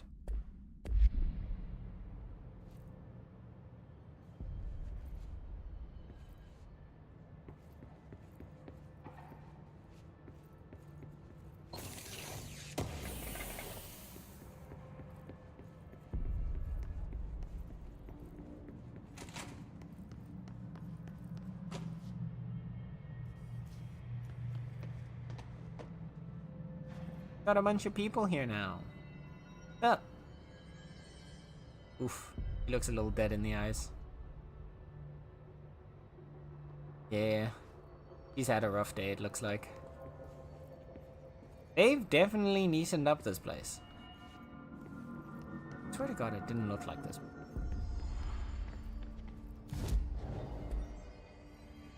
Okay, where do we need to go? Boardroom. Jesse, did you get the hotline? I mean, how is it out there? The comms? The hiss? Sorry. You made it. I'm glad. Emily? Let's talk. Of course. I got the hotline. I can make out what Trench is saying now. Incredible. What did he say? He talked about his management team. People who knew the Bureau's secrets. Your boss, Darling. Tomasi, but he's gone. He's got him. Salvador? He's the head of security. And Marshall? Helen Marshall is head of operations. She's tough, ex-CIA. She took her Rangers and went to the research sector to secure the HRA production. She hasn't come back. Someone who could help us. The other sectors. How do I get there? It's impossible because of the internal lockdown. You can perform a directorial override to lift it, but that can only be done in the maintenance sector. Normally, you take the sector elevator down there. It connects all the sectors, but it won't work while the lockdown is in effect. We already got past one lockdown. Maybe I can find a way. Jesse, look, with no prep, no training, in this extreme situation, you are doing phenomenally well. And all that and the hiss can't seem to affect you. I mean, I would love to run some tests on you. If you agree, that is. We could find out something that would help us. Tests? I don't know. She might find out about you. But I wouldn't mind understanding more myself. Okay. If you think it will help. Great. I'll check the internal documentation for any lockdown bypasses. We need to get these sectors open to locate Darling and Marshall. And I'll look for a way inside the maintenance sector. The sooner we find one, the sooner I reach this override. Oh. This looks ominous.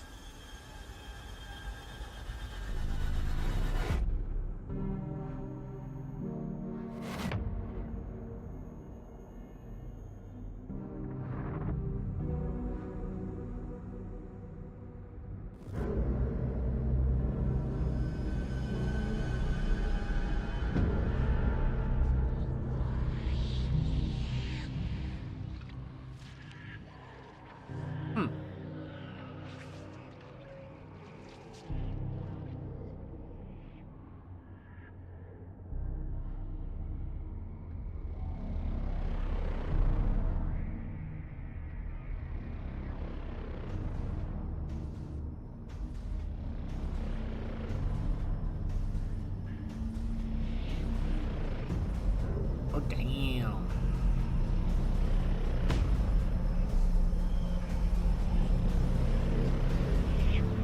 That looks intense.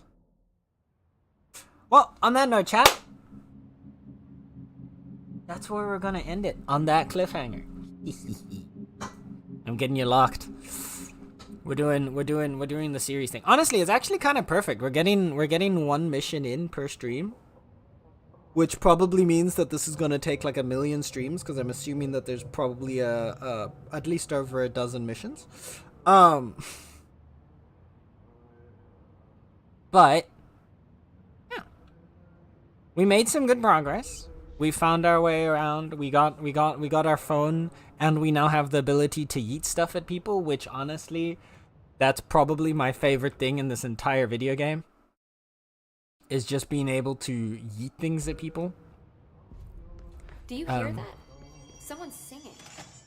Where's it coming from? Just to make sure. Singing. Sounds like it's coming from the elevator. The situation's getting worse. I saw Trench and Darling arguing a couple weeks ago. Trench was furious. We'll look at all the other stuff later. And we're just gonna close it off here. Confirm. And close. Alright, cutie patooties. Eating stuff is the best. I know, right? It's like it's just such a good thing. I don't know, it always feels so powerful. Just lift, like, I don't know, telekinesis I think is just one of my favorite abilities in like fiction and fantasy. Just the ability to lift something up and yeet it into somebody. Oh, I could not be trusted with that power in real life, though. I could not be trusted with that power in real life.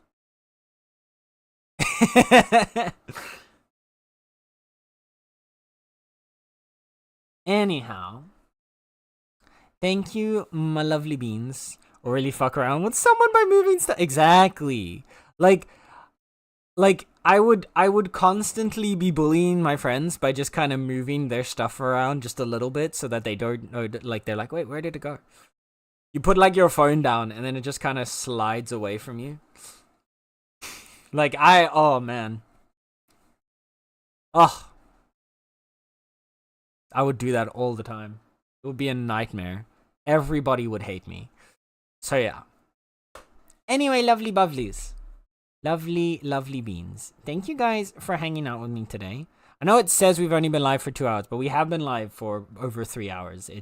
The stream died partway through for some reason. But thank you guys for hanging out. I appreciate you choosing to spend your time with me again today. You're all absolutely wonderful, and thank you for that. I had a lot of fun. We got through another chapter. It looks like we're probably, at this rate, going to be doing 1 mission per stream. And we'll see how that continues. But I kind of like it, because it's doing like a whole little like preview thing. It almost feels like we're watching a show.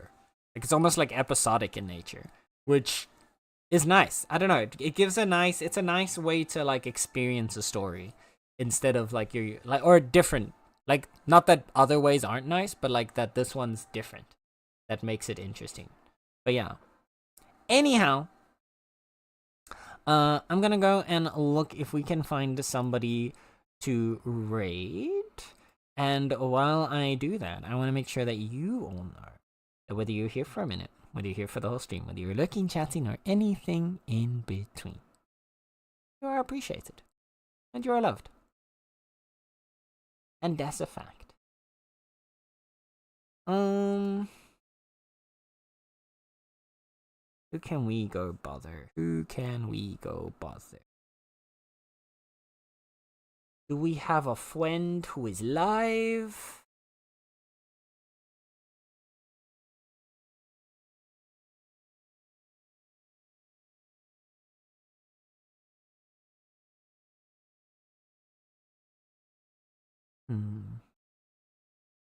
Not a lot of friends live right now that I'd normally.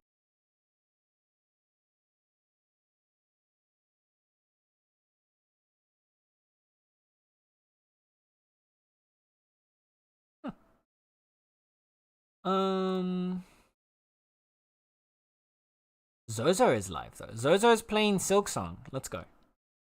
Let's go bother Zozo in Silksong. Tell her to get good. That sounds right. Alright.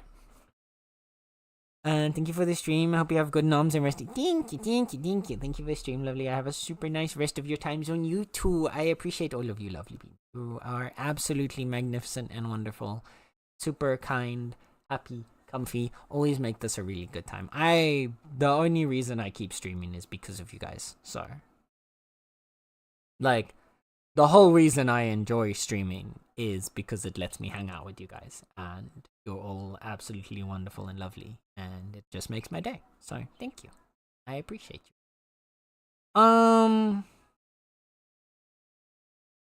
What the? I have the weirdest.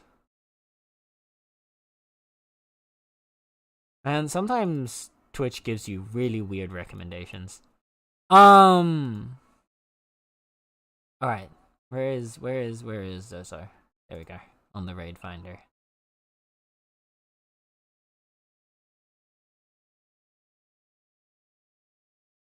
Alright.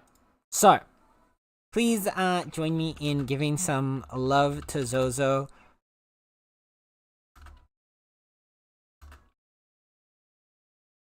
And yeah.